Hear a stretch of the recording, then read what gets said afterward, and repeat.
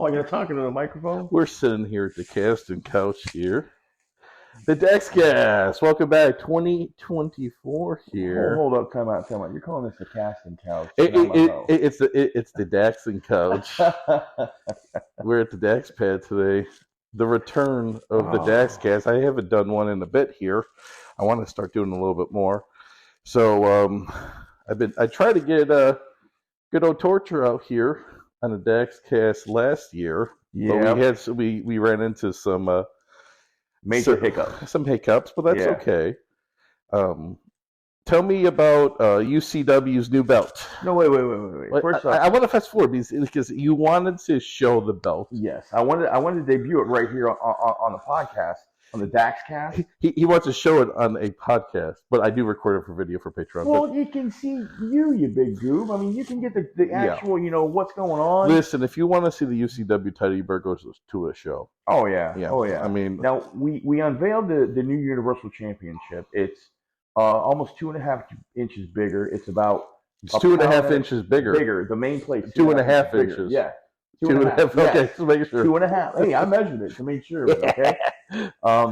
The main has our new logo on it. It has a 3D effect to it, so it actually has a little bit more thickness to it in the logo area. And weight, man, I can't believe how this guy managed to add.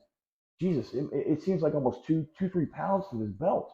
This belt is for who made it? Can I ask? A gentleman by the name of Was it a company or was it a guy? It was a gentleman over in the Beltland. We'll call it Beltland because it's kind of all coming out of that area right now. Yeah.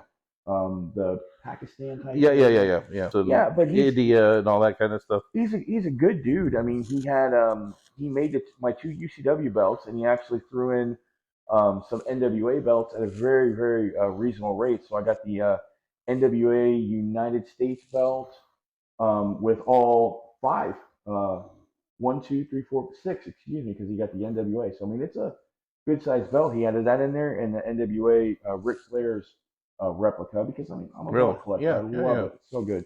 So the Big O belt. Oh yeah. Well, no, not the Big O belt. His NWA. Oh, the NWA one. His NWA. Gotcha. And they're like beautiful, absolutely gorgeous. I mean, that's phenomenal. It's gold. That one right there. Is it like the 10 pounds of gold? No, it's the old school NWA, that the silver one that has the little one. It's the smaller. Little, the when Jim Crockett had it. Yeah. I know that era, which was, to me, when you think of Big Gold, or the NWA one, and I was more the older school, guy when you had the NWA one, and that was the $1 million belt, recall it, cut the promos on it. I got the belts. Everyone, the one that he had to put a $25,000 deposit on, even to carry around. But still, he did great work, and he did our belts phenomenal. We're going to bring in the unveiling of the new logo on our Intergalactic Championship at the fair, probably on the 18th. Jake St. Patrick is going to. We're going to kind of do that one. And we got a little spin kind of going on the 18th. What belt is that? What that Jake's going for? Or he has? Jake has our Intergalactic. Intergalactic. Okay. With our So the tiering is at Universal Championship Wrestling. Universal Championship, which is the heavyweight, which is the Universal, belt. Our Universal Heavyweight Champion. Your current champion, Alex Horvath, who just won it at, what show was it again? That I was booked for, but I was sick. Oh, now you're gonna make me remember the last show. Yeah, correct. The last show was on the 19th of December. It was.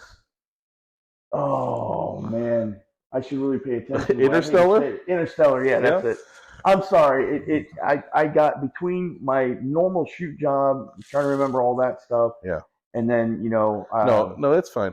So I'm gonna cut you off. Well, he cashed in. No, he cashed in. So so why don't you explain to the listeners how like we talked a little bit before this, but just give us like the 20-second spiel of kind of what happened there, because Chocolate Stud was the incumbent, but he could not make it.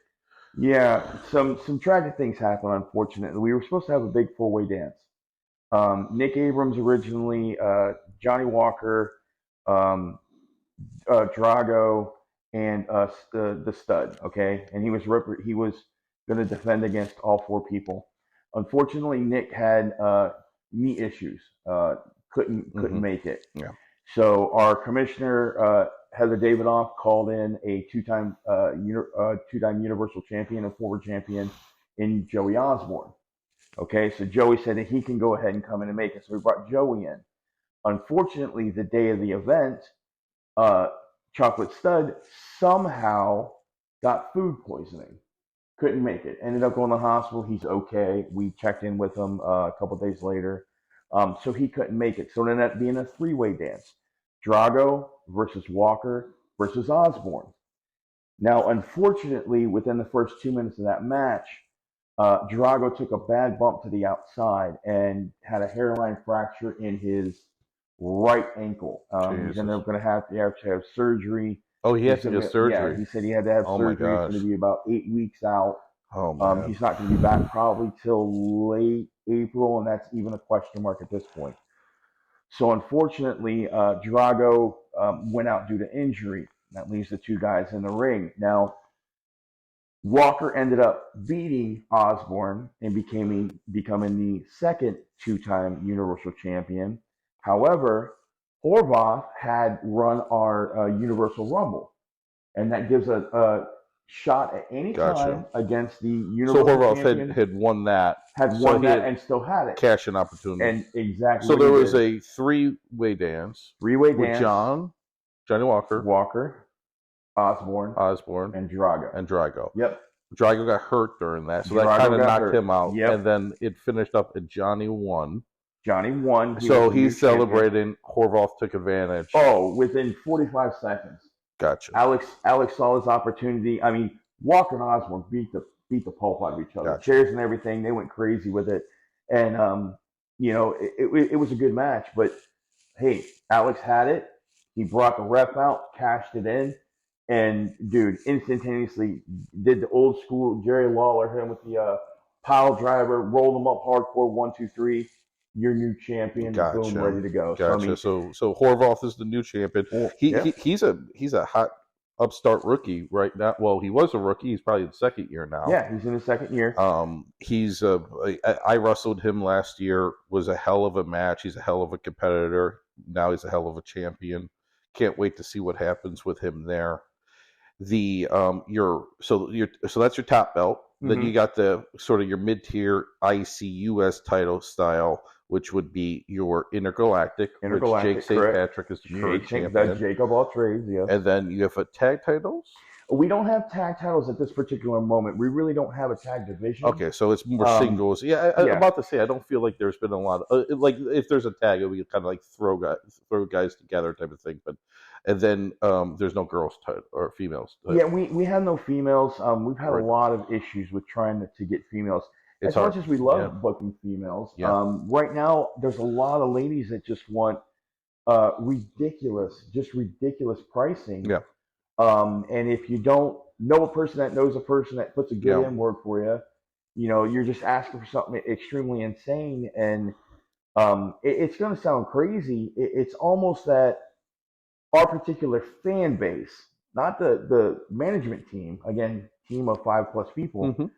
the fan base itself almost doesn't want to see it, which is really weird in that particular realm. I mean, it's you got to give the fans what they want. If they're more for like, what I like, and just to kind of like, this is the Daxcast. I wrestle for UCW. Mm-hmm. I've done a handful of shows at this point, and like what and UCW is based on Palmetto, Florida, which is south of Brandon.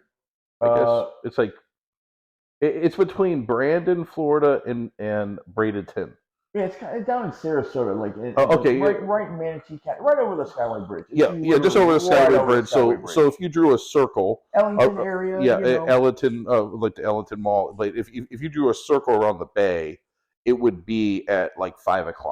Like right about there. Yeah. And basically great production. Like one of the things I really love about the production is second to none at this point.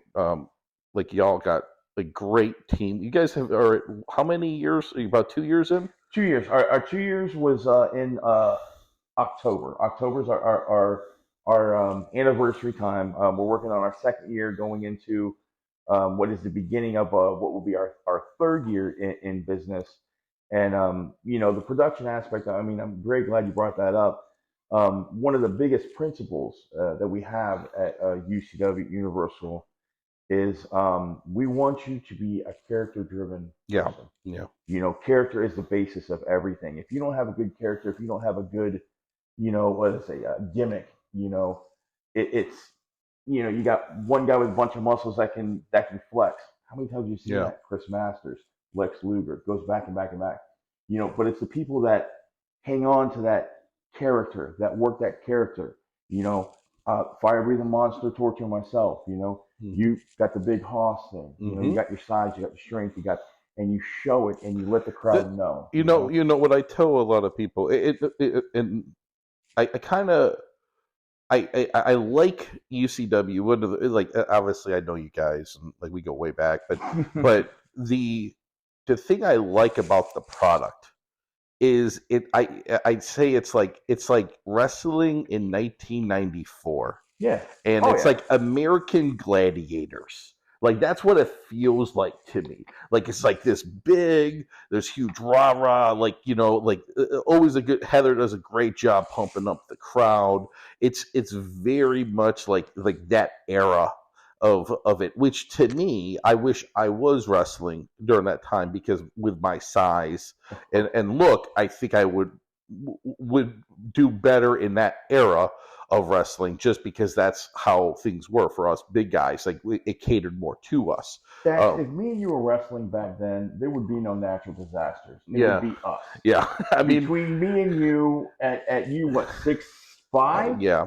What, 380? No, I'm not 380. I'm 325 Oh my pounds. gosh. I Well, lost weight, babe. I'm sorry. Well, I'm sitting over here right next to you, and I'm weighing in at 393. Yeah. So, I mean, between the two of us, Yeah. Big we'd boys. be amazing, Yeah. back then. But I mean, I agree with you. But continue. But I like that. I always like that feel to it. It's very much, and like the production they do, like every show. It seems like you guys at least have like a little highlight reel with a little music video. I Yep. love it. Usually it's like 90s or 80s music, which I love, and it's just like done well. And it's like, as someone that does run shows and works with TV and things like that, like I appreciate that even more. But it's like it has its own identity, and I think like to get on like kind of a promoter spiel for a second here. All right.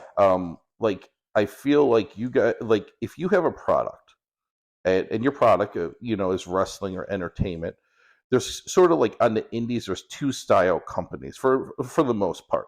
You have your TV promotions that are trying to be like TV, like they're recording.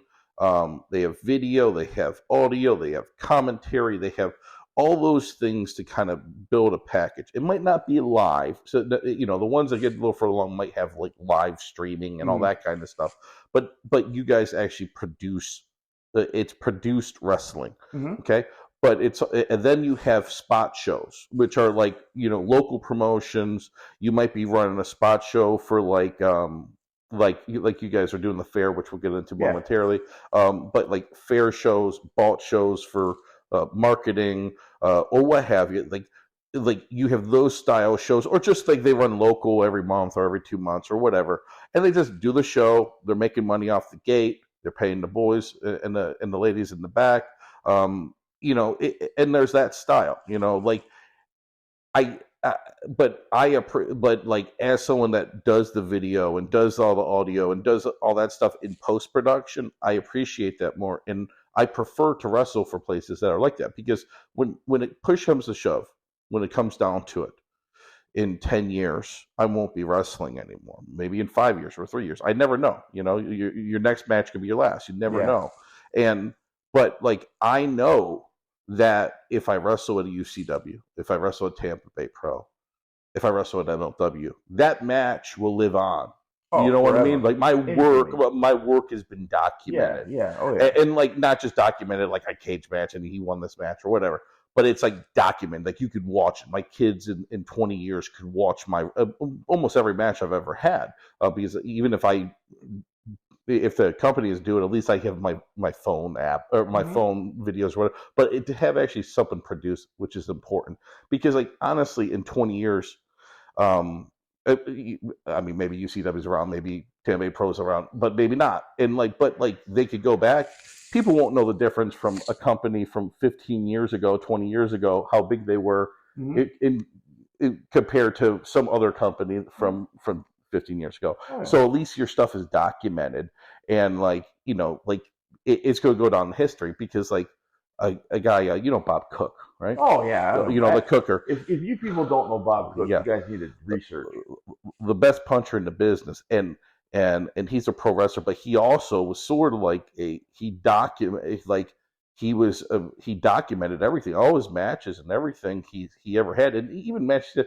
I know this because I have his tape library. Oh, no kidding. So Bob got rid of he transferred a lot of this stuff over but I have a lot of that stuff, and I go through it, and I'm actually working on just a project to kind of digitize it and stuff like that. And but he has shows on that from like Sunshine Pro Wrestling, or like these shows that I don't think anyone has any clue that existed, but it's there because Bob actually has it. Was he on that some of that stuff that WCW did in Orlando? He may have been. Oh yeah. The Impact. I remember that. Worldwide. It was called. But there's no denying. Bob was both on WCW, NWA, but he did Florida Indies, and he has proof of that. And I think that's really important to the history of pro wrestling, because I can't tell you how many shows I've worked that there's no video, okay? And there's not even somebody writing down, this is who won or whatever, and the results don't go out or anything like that. And that's okay. Don't get me wrong, because I enjoy wrestling. But I just feel like at very least there should be something that documents that match occurred. You know what I mean? Sometimes there's just pictures or something like that, but video to me is the way to go. And even if you can't have fancy cameras or what have you, man, everyone got a phone in their pocket, or an old phone they could throw on a $15 tripod and stick it in the corner. Well, don't stick it in the corner. Center that on the ring. That's another thing that drives me nuts. People put it behind the post. I hate that. Just center it on one of the sides and just let it run. But how long you been wrestling, Dax? I've been wrestling since 2014. Okay, 2014. So I'm 14, 15. Yeah, in that. I can't remember exactly, but I think it was late 14, early 15, I think is when I started there. So it was when you were at Uproar, and all that kind of stuff. I was a late bloomer, okay? So I'm 41 years old now, but I started, I started at 31, so, or no, 32. I started at 32, so I'm 41 now, so do the math. But the thing is I started, I don't want to get about me because it's about you, but where I met you, actually, to kind of segue over to that, is I met you at Uproar. Well, actually, I met you at the school when Leaf was training. You came by the school with Michael Patrick or what have you, and you came by and dropped some knowledge, and then I would see you at the shows because you worked the Uproar shows, which was a promotion that was out in Pinellas County, Pasco County, ran shows at the Verizon Event Center, which is over near Little Road, and right off of Little Road. Yep. And but yeah, I mean, it was actually I love the promotion from a standpoint of the production was very good, and they got a lot, a little buzzy there for a bit there. Yeah. But things that didn't work out, I guess, with ownership, things happen, whatever.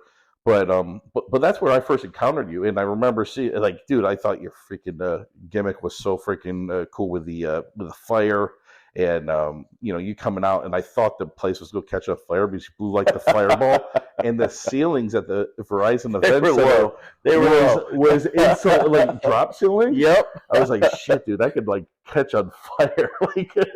But you're not wrong. But I mean, after like when I first started blowing fireballs, man, I started blowing fireballs with 151, like straight pure alcohol. And the problem that I had with that was, number one, if I kept it in my mouth too long, it literally burned the inside of my mouth. It literally blistered the inside of my mouth. And I was like, oh, I can't do this no more. And there was another tag team in the night. They were called the Dark Dragons. Mm-hmm. This guy from up north, and I think both the guys were from up north. I haven't spoken to them in a good minute. They were the Fighting Spirit Pro Wrestling that Mark had done with his dad, Pepitone, down here for a minute. Oh, okay. Yeah. Yeah, I mean, this is dating me back just to what Pepitone when he was still alive. Yeah, Pepitone Senior. Yeah, the senior. Yeah, was down here, and I asked them what they used, and they said we use tiki torch fluid. I was like, tiki torch fluid, like the stuff you use? He goes, yeah, like the stuff outside. And I got to research it, and it's just an oil-based product. It's nothing that really hurts you. It's not toxic. It's not good to drink. If you swallow it, it's going to be toxic, but in your mouth temporarily. But I found out that when you blow like 151, I actually tested this. The wall right here we're looking at. If I blow 151 on that wall, everything that alcohol hits will ignite. The fire will stay. It will be in that realm and can possibly start a bad fire. Tiki torch fluid, I'll blow it at it, and it won't hit or ignite anything. It'll kind of just surpass it. And for me, that was safer for everything, even when I'm walking to the ring and so on and so forth.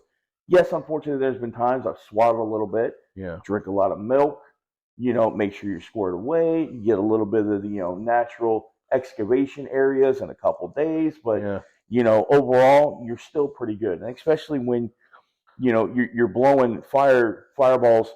Sometimes, I mean, heck, I was getting bookings 10 a month, sometimes 3 on a weekend.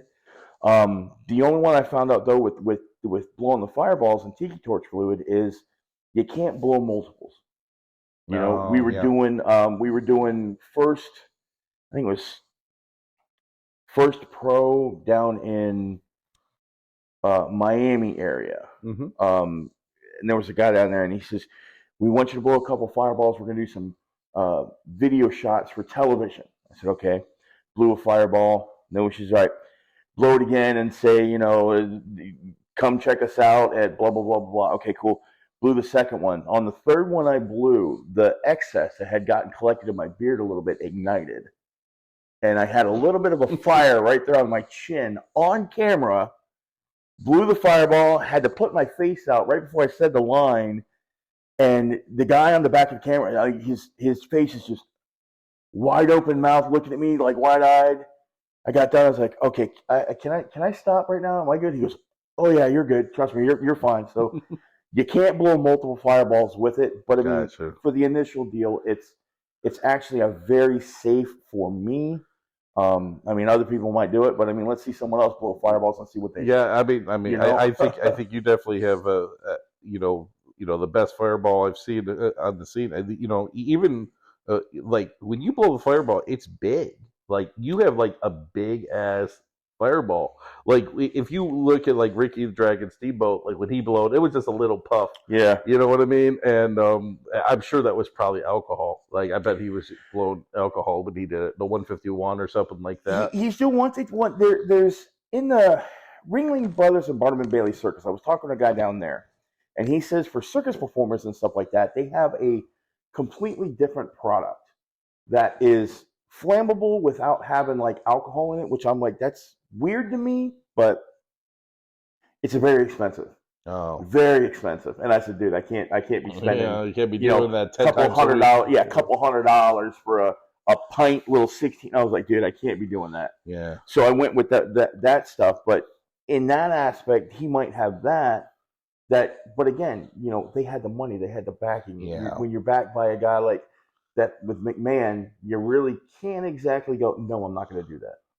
Yeah. I mean, you can. And just so you guys know, it's not weird the fact that he talked to somebody at the circus, because the circus is actually based in this area. Oh yeah, it's just right there in so just so people understand that. The and the other aspect is you don't just have like a little stick or something like that. You come out with like a Bunsen burner. What is that? That is an actual plumber's torch that you could purchase. You could purchase at butane in the deal. Yeah. It is 100% purchased at the large box stores, we'll say. So there's no gimmick infringement. But yeah, and I've had that. Shoot, I've had that same bottle on there now going on 4.5 years. Yeah. You know, it's not like a big deal, but I mean, I've also used it to do wiring at work. I've taken it to do other things. So it's multi-purpose. Oh yeah, all the time. Family man, come on, Max, you've been around. Pay the bills. So we got rid of the fireball there. So let's talk about the origin of torture, because I know you were in the earlier days of like ACW with Ralph and company. Why don't you take us back to the very beginning? I guess from, so you graduate high school. Where are you from originally? Like, I think you're from around here, right? Oh, I was born in Dunedin. I was born in Dunedin, Florida, which is near Clearwater. Oh, it's north of Clearwater. Yeah.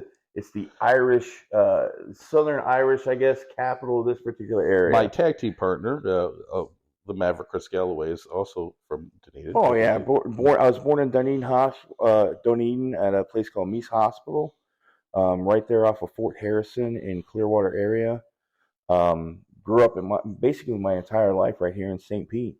It is where I am. I actually, believe it or not, I literally 3 days ago tattooed, handmade and crafted in Florida on my left butt cheek. I literally just tattooed that on my buns. Because I'm a Florida Is it like boy. Made in America logo? But oh no, I mean I'll show you a picture of it. He's gonna show me his ass. Hold on. I'll whip it out on camera. Don't think I won't, Dax.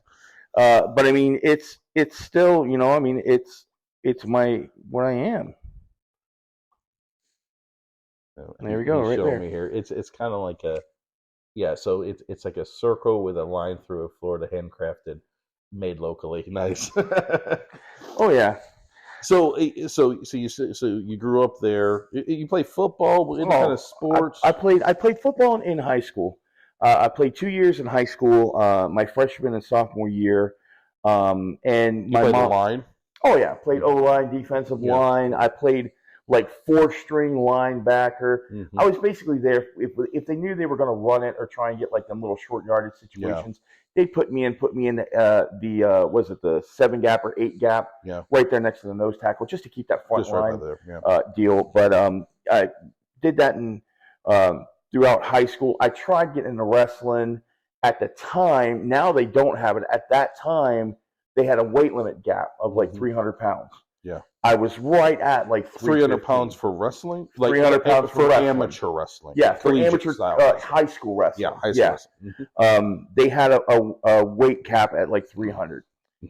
I was about 315. They says, if you can lose some weight, we'll be good. I went in, tried to lose the weight, ended up losing about 6 or 7 pounds, lost some inches, but was unable to do that. But I mean, I worked out with those guys. Gotcha. I still worked out with them. What did you weigh in high school?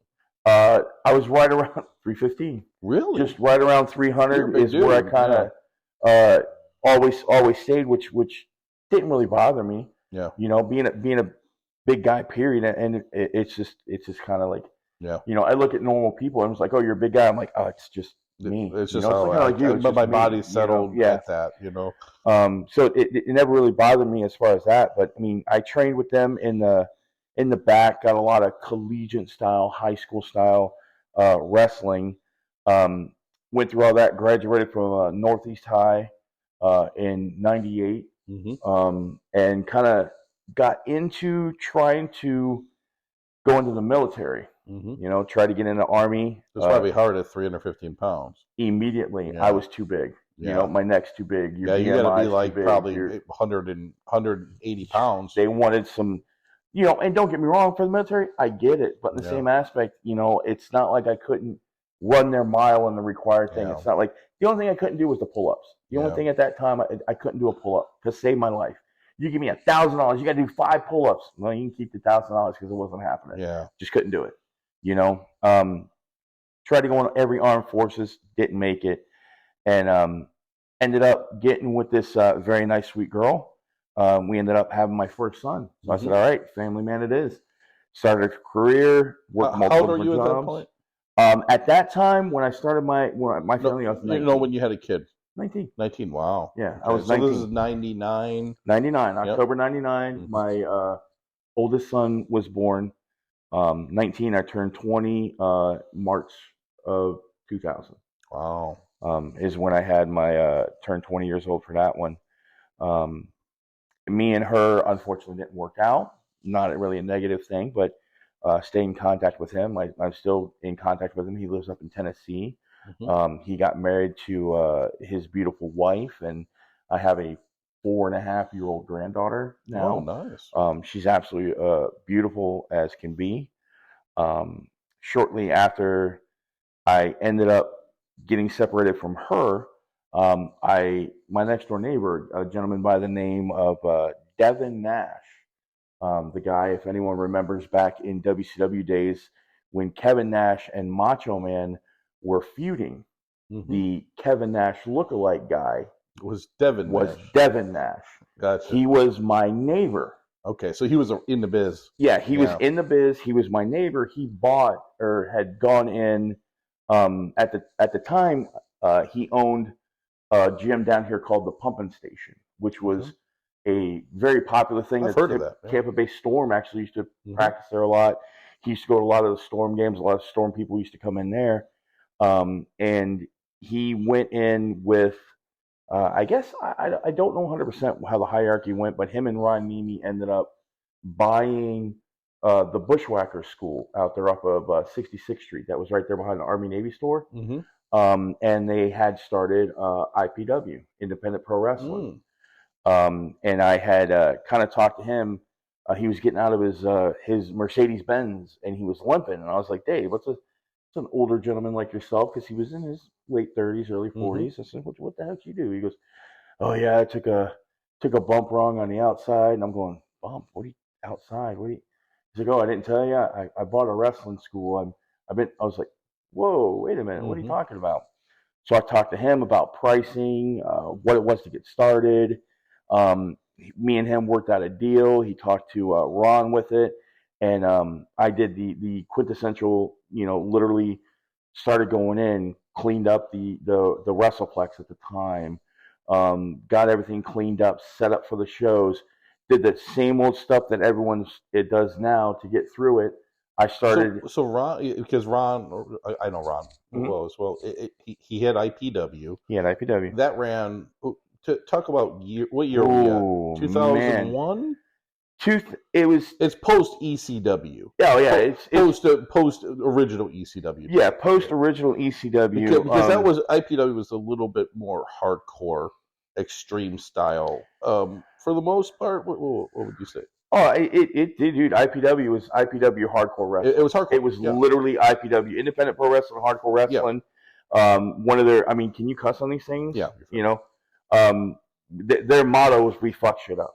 Yeah. Like it was what it was. Chaos. Naftali at the time was in there. The Axis and Python, which I don't know if you know Axis and Python. Two big old huge brutes. Big old guys.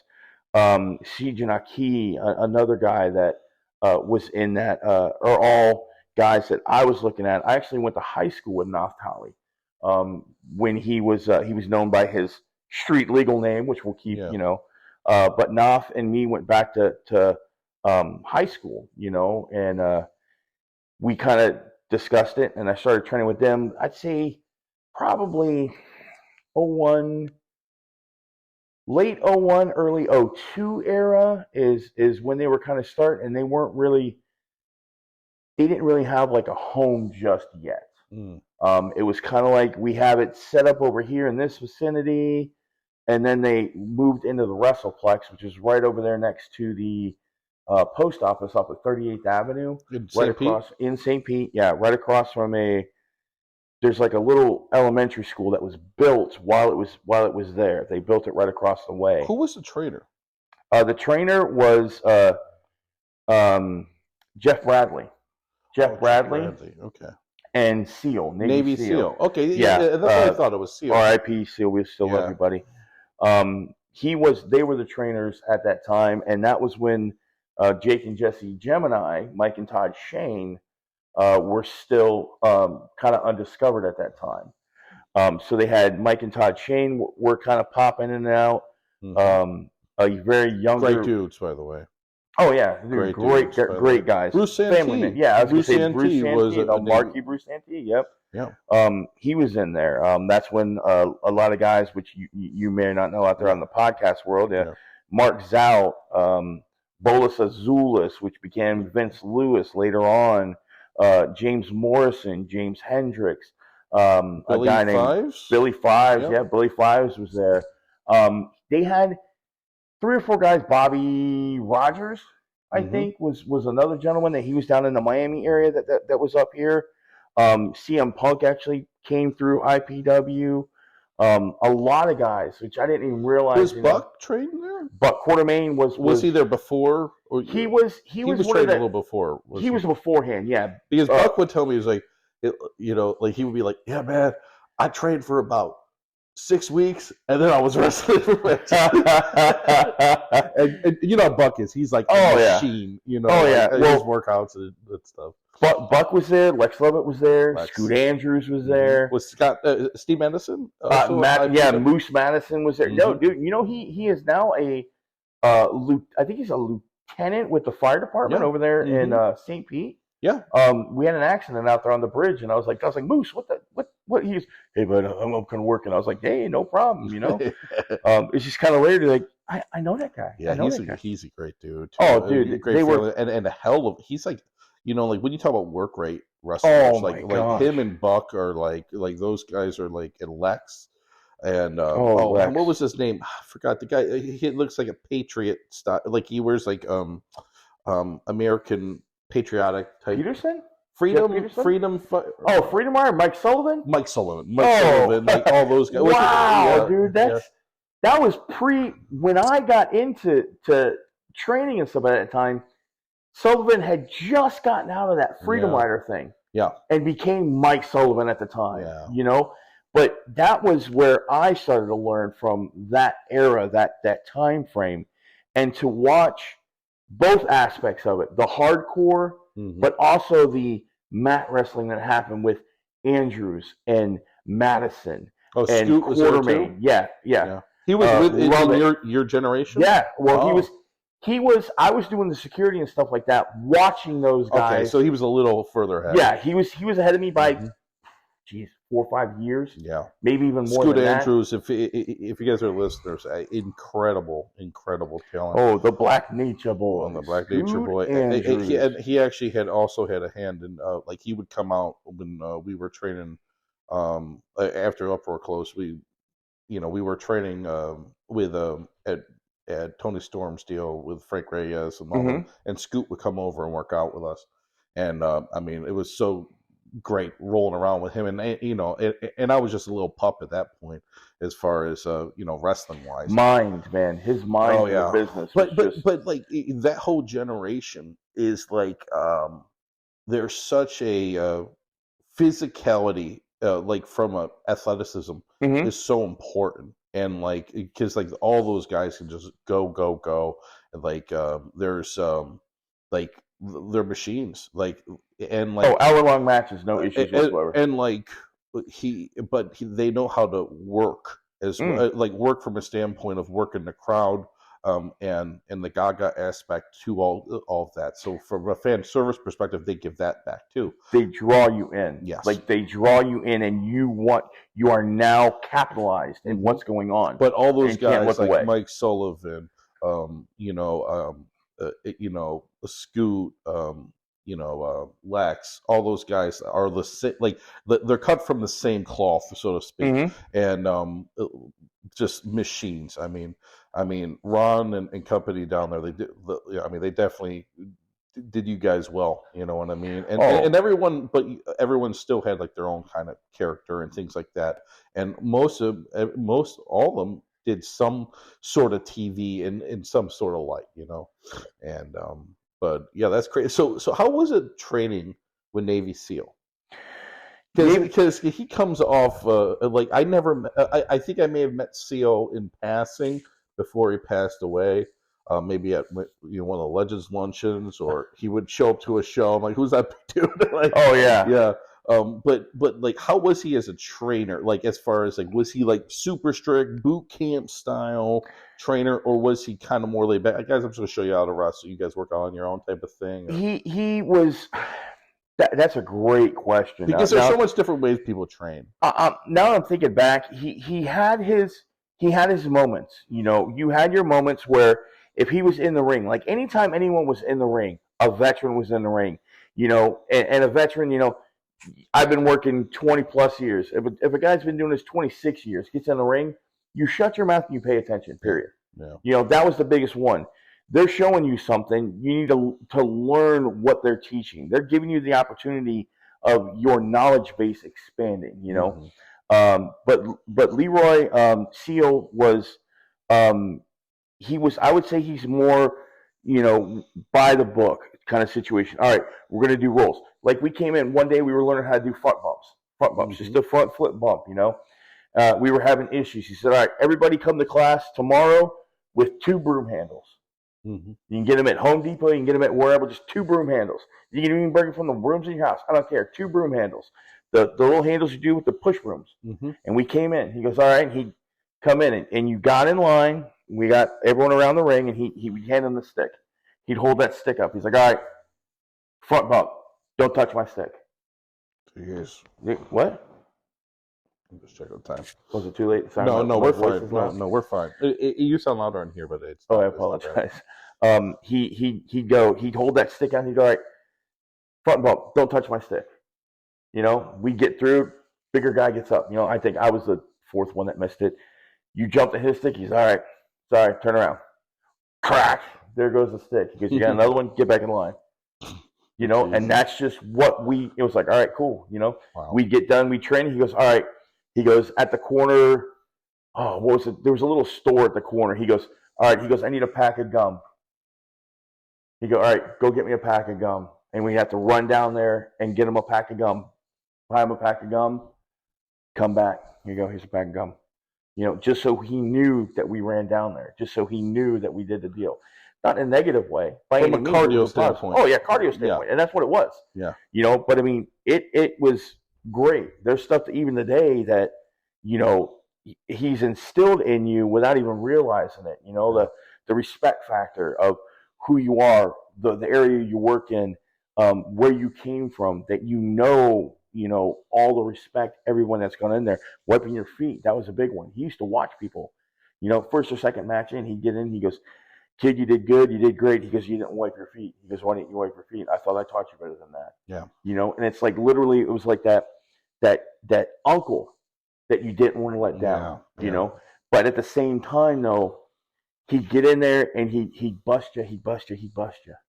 But when it's time to calm down at the end of the class, when we're all done and over with, he'd sit down and cut a rug with you, tell you about all the old stuff, all the new stuff. You know, he'd be so laid back and personable with you. That's great. You know, but that also helped you know when to be the character and when to be the human.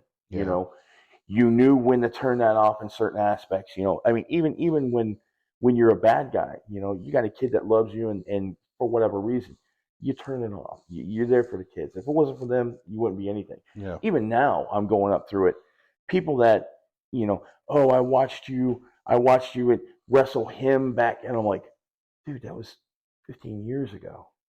You know, I got people that come up and show me photos of when they were kids, and they still, you know, so I'm very, very pleasured and very happy that I was able to train with Leroy, to train with all the guys at IPW, you know, and get the knowledge. But Leroy was the main trainer, and it was and Bradley. Between Leroy and Bradley was the 2 main trainers. Gotcha. You know, Bradley, unfortunately, when I went there and started getting into it, is when I think it was his hip, or his knee. He went in and had a full replacement done, like down south. So I don't, So 02 is that what stifled his 03? career as far as like him progressing? You think? Because, I mean, he was on WCW. Oh, he He was doing worldwide. I mean, like he was getting around. Yeah. But like, he never got to WWE or like a feature guy in WCW. And of course, that was different times. Too. 100% different. But I mean, Jeff Bradley is known as the original Dudley Dudley. Yeah. He is the dude that was. I was talking about Seal. Seal. Yeah. Seal. I don't know. I can't. I didn't. He didn't really open up about what he could and what he couldn't do. I don't know if it was the training he had in the Navy, because he was a Navy SEAL. Yeah, he was. It wasn't a gimmick. A gimmick. Yeah. No, he lived it. No stolen valor there. Yeah, No, not by him. I couldn't tell.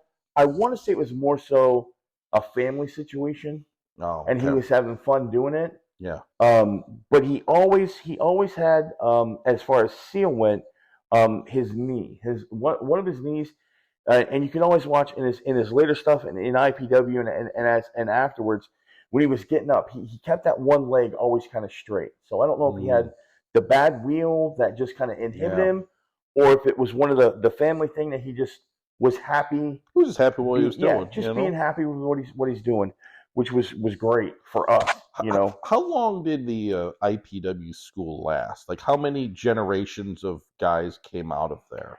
Oh man, I figured you probably trained for 6 months. I trained for about 8 months. And unfortunately, you see, here's the unique situation. When I got in and started training, I trained for 6-8 months, and I had my daughter. 2003, I think it was early 2003. So later, 02, I kind of was like, all right, I got through this training.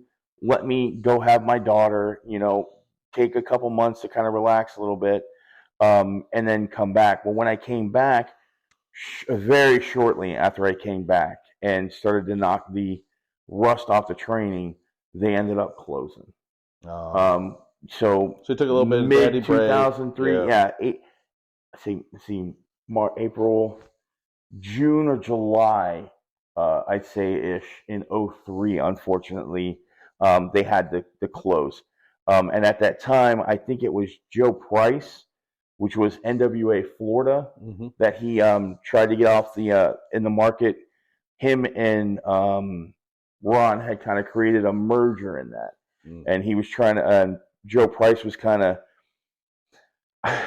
in a retrospect, again, not knowing 100% what was going on in that aspect, he was almost rebrand the NWA, which we thought was kind of a bad idea anyway. But this is like the weird time for the NWA where they had a territory, but then they nothing was federated in a sense. Like it was not like now. Now it's centralized, but it was federated in this very loosely. It wasn't managed. Yeah, like the old days where the Florida territory, that promoter was on the board, and and there's a main board president, and it wasn't like that. Yeah, and they would have a champion per territory, then they would have a national champ. Correct. Like Ric Flair was, or what have you. It's kind of like that weird time, like that 2000s time in MWA, which is actually when NWA kind of faded out for a little while, and there was also NWA Wildside. I know Bruce and a lot of the guys did go up there, but there was also guys from all over. That was in Louisiana, Georgia.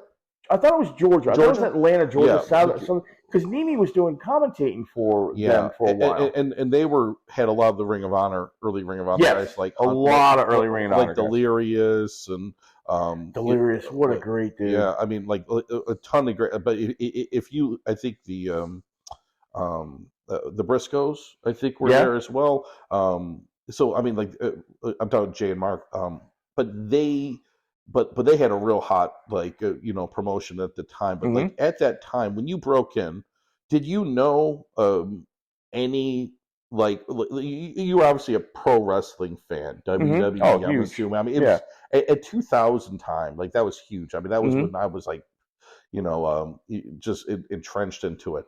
And at that time, on the independent side, though, not kind of like ECW, because I know they ran Mm-hmm. down here and stuff, but like, were you aware of independent wrestling as much? No. No, Oh, no. I was sort of the same way because where I'm from in Rochester, there really wasn't much until after I left. Yeah. Like to me, independent wrestling was ECW. Like that's what Yeah. independent wrestling was. But like a lot of guys didn't realize that there was a lot of stuff going on over various event centers, flea markets, what have you. Oh, yeah. But then you get entrenched to it, and you learn more about it, you gain a lot of respect as you get further in. So at that time, I know IPW was a big boy. Yeah. One of the big indies, at least in Florida. What other promotions were kind of like the bigger ones at that time? So we're talking like 2004-ish time. You know what's terrible, Dax, is that I couldn't tell you who else besides IPW. FIP ran. FIP. Well, see, here's the thing. When you brought up the FIP thing, FIP and the ACW was after post IPW. Oh, that was post IPW. Yeah, that was post IPW. IPW had closed their doors up. Oh, okay. And shortly after IPW had closed their doors up, then FIP, because FIP had a lot of blood from IPW. Hang on. You're actually jumping about a whole federation ahead. Yeah, I'm sorry. FPWA, Florida Professional Wrestling Association, which was run by a guy named Pretty Fly. Pretty Fly for a white guy, a.k.a. Alex Decay. Oh, yeah. Alex Decay started FPWA. With FPWA, they brought a lot of the IPW students that were just prior to me. I'll call, first gen that I remember would be Zout, Morrison, Hendricks, Vince Lewis was in that one. A guy named Comic Book Guy Anderson, Kung Fu Fro, another guy that you probably haven't even heard of. Were all coming out that time. Well, then when that happened, the whole area, Bruce didn't really have a place to go really all that much. The Shane twins really didn't have a place to go. Havoc really didn't have a place to go. Chaos was still in that realm. Snow was still big through IPW. So it kind of gave them a place to kind of go and enjoy themselves. And they went literally right across the street into the little middle school because Todd's dad worked there. And that was in Pinellas Park. And that was right there in Pinellas Park. Yep. Right there directly across Todd, the Wrestle Brothers. Todd is his real name. Yeah. Todd told me that he ran right up the road from where we had the school. Right there. And then through FPWA was open. We did FPWA for 5 years. And through that particular situation, FPWA had kind of taken a little bit of a downward turn, and ACW had kind of, at that time, I'm trying to think about ACW, I think was more post FIP, but FIP had kind of started up in the same general vicinity with Mosca and Sal, and we were in there with FIP, and me and Mosca were kind of joking at that time, working out in the building that FIP had, and they were bringing guys in, and they were doing great stuff, and we were all doing great stuff. They had a FIP school. They had a school, a school. I guess you can call it FIP school. It's just a school that because FIP is the original promotion, Full Impact Pro of WWN. For Sal. Oh yeah, FIP started. Yeah, was the thing that was Sal at the time. Like Dusty Rhodes wrestled in. I broke my shoulder at that. I broke my shoulder at the show that him and New Jack were at it in Arcadia. Yeah. And I had a acromioclavicular ligament ruptured. Just ruptured all the ligaments over my collarbone now. Jesus. In the ring against Phi Delta Slam. It was me and Kubiak versus Phi Delta Slam. You know what? Just funny story, real quick. Side note. I was in Dallas because I used to travel a lot more before COVID for my shoot job, doing tech work. And a lot of times when I'm bored, I would just go to like pawn shops or thrift Oh, stores or whatever, and I always would look at like the DVD section and stuff like that, and I found a WWN that show on DVD in Dallas, Texas, no way. at a pawn shop. I Shut the am front not door. fucking joking. I didn't. You want me to sign it? Tell me you got it. I didn't buy it. Oh! I thought I did, and then like I bought a few things, and then when I left, I was like, shit. I put it down when I was getting the other stuff. So, but I used to own a video game store, movie store as well. So like I would source when I would be on the road, and I would find stuff. So I'd be kind of picking through, and I saw that. I was like, wow, this is WWE. And Oh my it God. must have been Sal's like first. Oh, one of the first cuts. Yeah, of the whole situation. I mean, it was like so faded out, and like one thing I do have a lot of respect for Sal is like we talk about production. Sal's like like he's the guy. Like as far as I'm concerned, like some people might have a problem with Sal as far as like he's very introverted and he's very specific on who he likes to talk to, but Sal and me are.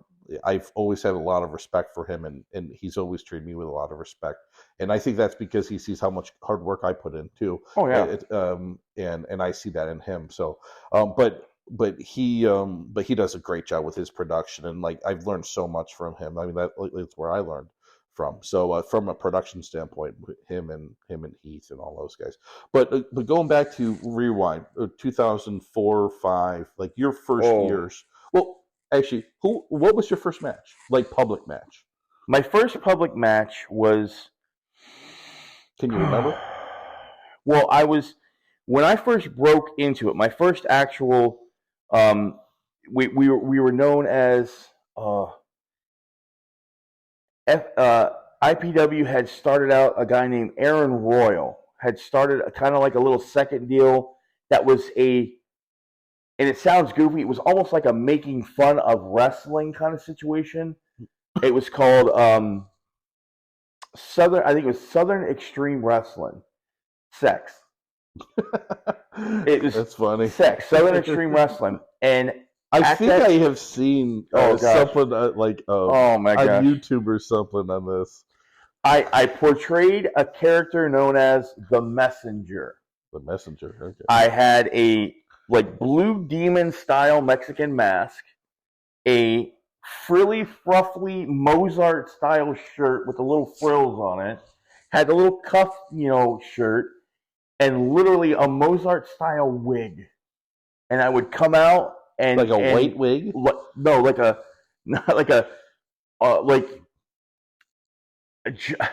Mozart, a dark. Brownish Mozart style. I'm thinking of like George Washington. Yeah, not like George Washington. Not like I'd have that, and it'd be two guys would be feuding in a thing, and the sex music would hit, the sports entertainment extreme music would hit, and the Messenger would come out in the mask and the deal and go, "Gentlemen, I have just been handed this from the executive couch in the back.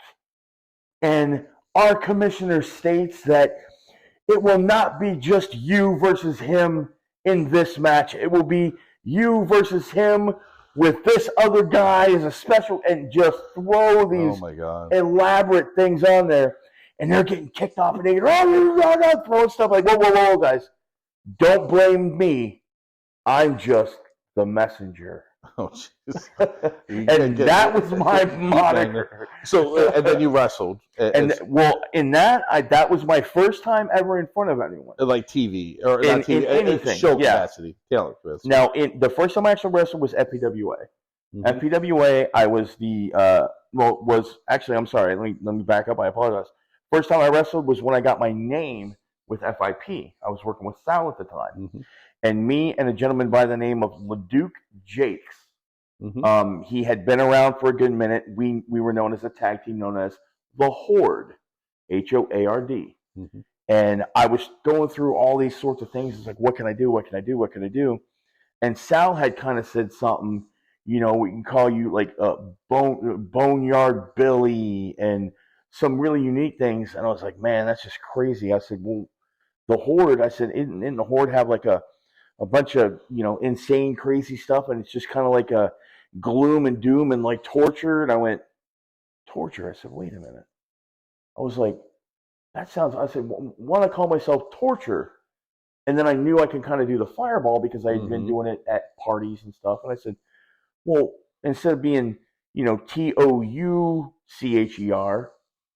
let me call myself Torch, Torch. You do the fireball.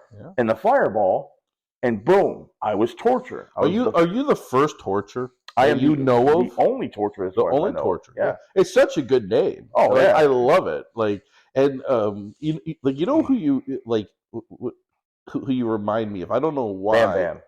Well, a little bit of that, but the movie The Running Man. The Running Man. Remember Arnold Schwarzenegger? He's in like a game show type thing. I remember that. Yeah. And there's like, Jesse Ventura is one of the bad bosses. I remember Jesse Ventura. And there was like, I think a fire or electric guy. I can't remember which. You kind of remind me of that guy a little bit. Well, your wrestling persona. Yeah. Oh yeah. Yeah. I always thought that. I wanted to get that in, but yeah. So you became Torture at that time. I became Torture. So you got the flames and all that. If you never see, I'll put some pictures on the YouTube thing. But you have a mohawk, a big mohawk. At the time, I had a huge mohawk. Yeah, I love my mohawk. Yeah. And 6-7 inch mohawk. Yeah. And you didn't have a big beard at the time. No, because I had to blow fireballs. At the time, I was like, oh, it's not good. It's not the best. And I had shorter facial hair, didn't really think anything about it, and it just kind of like had to keep it good for work and clean trimming and so on and so forth. But yeah, I had my first match with FIP, and I had done probably 5 or 6 of their shows. I'm actually in the original, fan pamphlet or handout, the what do you call it? You buy the little program. Yeah. Again, my words aren't. It's okay. It's late, man. I was in the original FIP program. Me and Leduc Jakes as the Horde. And I had gone down to that show in Arcadia when I broke my shoulder. And unfortunately, when I broke my shoulder, they had kind of moved the whole from St. Pete. They had moved it all the way up to Newport Richey to get Sal closer to home. And he was working with a guy named Mark Karafikos. The guy that owned Uproar. Yeah, the guy that owned Uproar. Mark Kamikaze Kid. I knew it was Kamikaze Kid because I know you're talking about. But Kazi and him had kind of gone up that way, and not against Sal. And I know it's going to sound bad when I say it, but he said that if I couldn't come up and hand out flyers, and I couldn't come to the school, and I couldn't be up there, it's a heck of a long drive, that I couldn't do it. Well, I had kids at the time. I had just gotten married. Couldn't find the time for that kind of extra. And I said, I'm sorry, I can't do it. He says, well, I'm sorry, we're not going to utilize. I was like, well, and that right about that time is when FPWA opened up. Toddy had gotten this situation and gotten that started. So I just kind of clean transitioned from FIP and started with FPWA in its infancy of that particular program, and help him build that up. And over a 5-year period, I was, former champion with it, feuded with Zout for a while. But I loved FPWA, and even then in the infancy of any part of that particular career, to have people want to get your autograph, to have people want to take pictures with you, it just felt really good, and the first big taste of that. Yeah, you just had that whole deal, and it was fun. Yeah. It was fun, and you got your aggressions out because, world debut or whatever. Through the breakup, unfortunately, of my first son's mother, they clinically diagnosed me as a bipolar manic depressive with psychotic and extreme rage, which I don't know how they came up with that particular diagnosis. But I found that wrestling kept me very grounded. Wrestling kept me very down to the earth. You get your adrenaline up, you let it go, and when you get done, it's like you lifted weights for 4 hours. Yep. In a 30-minute, or not even 30. It's therapeutic. It's 100%.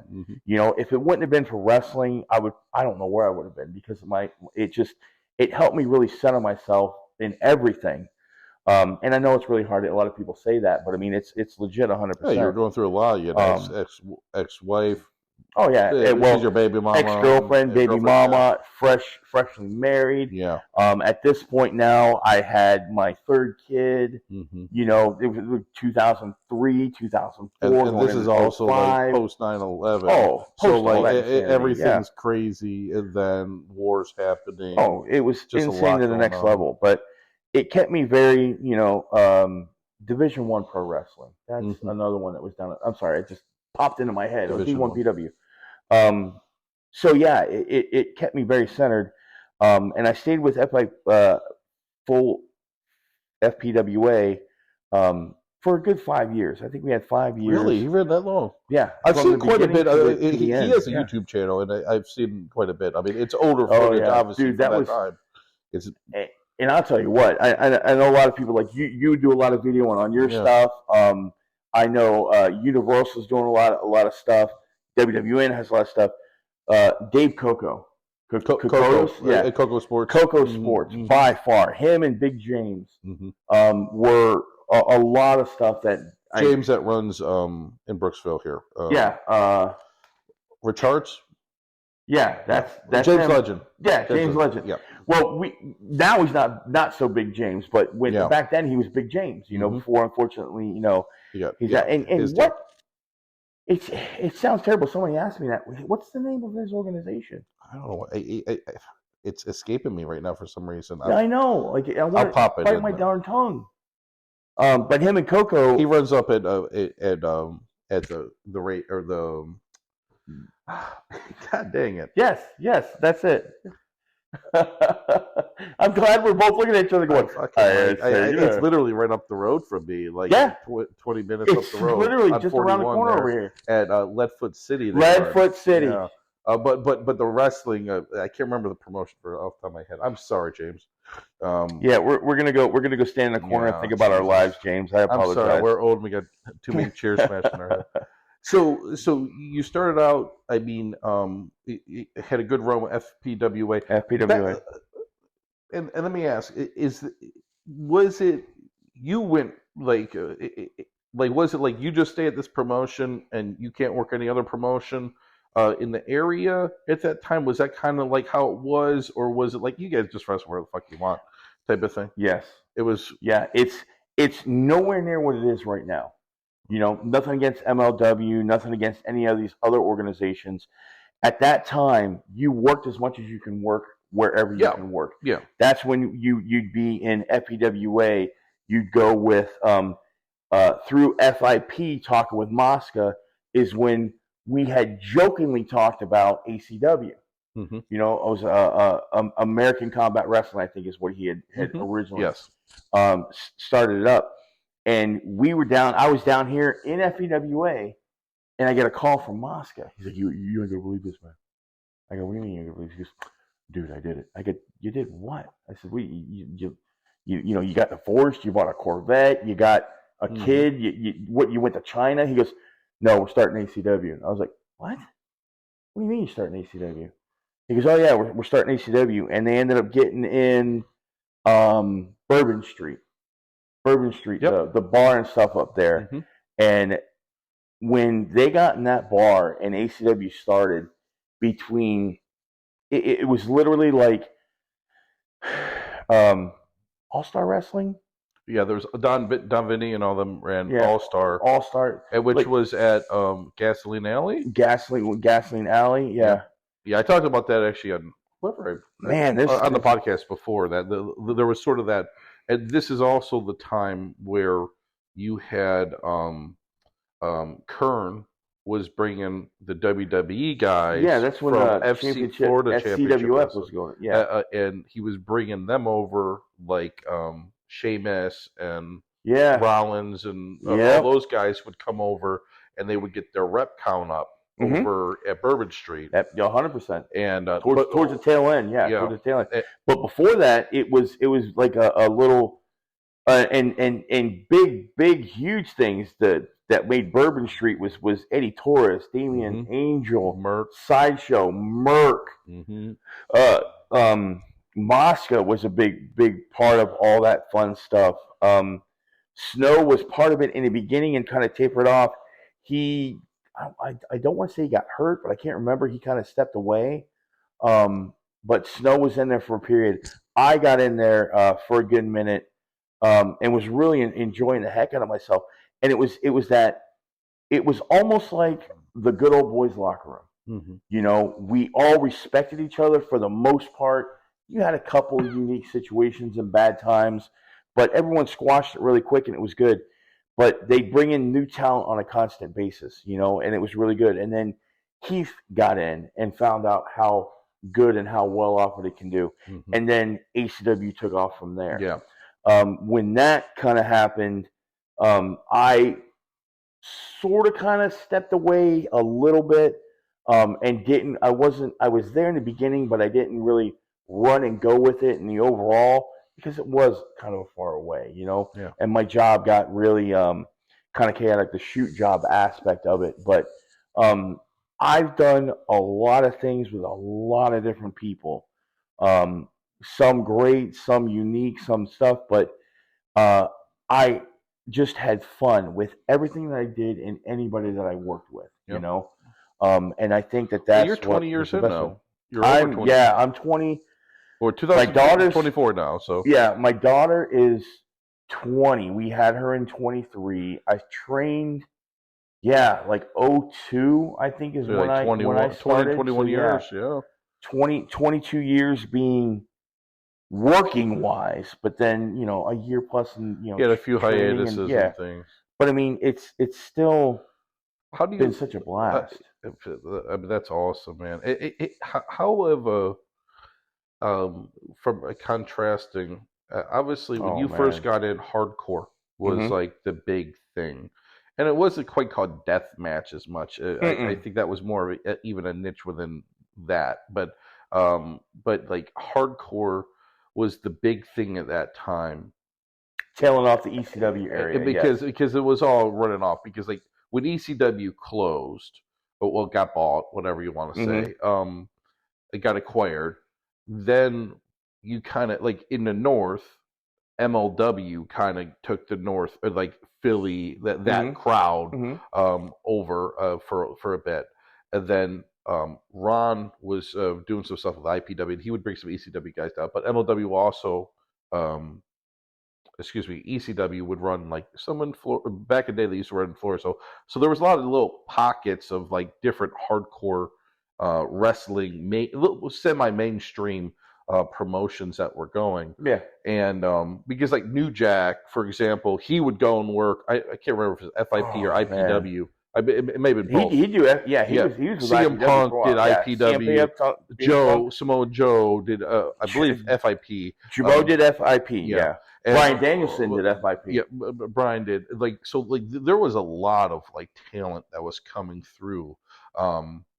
And I guess who do you think from like, I guess like your first 5 years, we'll just stick in that era, because most wrestlers that probably listen to this that are probably within only 5 years in or whatever, they don't know about these guys. Who was the top guys in that 5 years, you would say, like that was headlining these shows that may have not moved onto WWE or like WCW. Well, WCW is gone. Dude, I got like you want it like or TNA? In no particular order. The top guys independently, that was in. Now I can just go by the state of Florida. I mean, if you want to go by overall, let's go Florida. One of the top guys, Billy Fives. One of the better everything. Madison definitely had to be the one of the top deals. Lex Lovett. Right up there, Mike Sullivan. Again, the guys we already talked about. But these were the quintessential cream of the crop. Bruce Santee was another one. Great, phenomenal fella and all that stuff. Naftali. Naftali was a cruiserweight, but the guy did both sides of it. He can do the Japanese hardcore, or the Japanese, what do you call it? The deathmatch? Not the deathmatch stuff. The stuff where you got the hard hitting bruiser, just bang, bang. Strong style. Strong style, yeah. He can do that strong style stuff that you're just looking, going, how is he still walking? How is he still even able to do this stuff? But they were able to do that stuff, and that was the quintessential back then, early 2000s were just great bunch of guys. They also did the hardcore aspect of it. A guy named Havoc did a lot of hardcore stuff with that. Snow did a lot of hardcore stuff in that aspect. A guy named Chaos, a guy named Subway, which literally he got his name because he worked at Subway. He used to come in with footlongs and give the guys footlongs, and they put him in through it. The hardcore aspect it was there. Another guy, Mike Quackenbush, was a guy. He's a guy that was he was the NWA light heavyweight champion for a good period of time. Quack lived down here? I mean, he's a Philly guy. I was like, I know that was what a lot of people were talking about. Okay. A lot of people that you strive to see when you went through at the time, you'd go, hey, go watch this guy, go watch this guy. I would get Bam Bam Bigelow. I'd get One Man Gang back in the day. Bam Bam was good friends with Ralph. Oh yeah, dude, he was great. He'd show up at shows, and I was using Greetings from Asbury Park. He actually told me, he said, please don't do that anymore. And I was like, but sir, he goes, I understand. He goes, and I respect it. He goes, thank you for that. He goes, don't do it anymore. He said he hurt his back and messed his back up from all those guys, just the weight coming down. From the physicality. Yeah, the physicality of doing that sit-down deal. Because you can't, you can hold them up, but the body's still laying across your shoulder. Yeah, I hate doing anything landing on my ass. It fucking hurts. Yeah. Well, the other one too, and I hate to say it, is if you don't have the right singlet on, you tend to sit on your testicle, bud. Yeah. I've had some close. Yeah. But the thing is like, dude. I mean, that's cool that he actually, told me that. Yeah, and it wasn't for selfish reasons. It was for your safety and health. Oh yeah, it was 100%, and that's when I had caught a younger Abyss before he got to TNA. Oh, really? And I saw that spinning power bomb, which I always liked Big Boss Man from back in the day. Anyway, he did a side slam, boom, off the rope, side slam, boom. And I was like, well, how can you make this a little bit, more crazy? And I just told the guys, I said, kick your feet up behind my head. As you come off the ropes, kick your feet up. And we did a rotating. I ended up doing almost a complete 360 with him. And I was like, oh, I'm going to go and do that. That was before I'd really kind of seen it done on in some Black Hole. The Black Hole Slam. I call it the backdraft. Backdraft. Oh yeah, you did tell me that. I call it the backdraft. Yep. But we were watching the TNA, and I was like, oh, look at this big massive guy. Oh, and I was like, what the? And I'm literally standing there going, dude, just look like what the heck is going on here? He just did the backdraft. I was like, dude, I just lost my finishing move, Yeah. And from that point forward, like Abyss does. I'm like, no, I did it before him. That's crazy. No, and it's just kind of like, okay, yes, like Abyss. Yeah, we'll like be good. Abyss.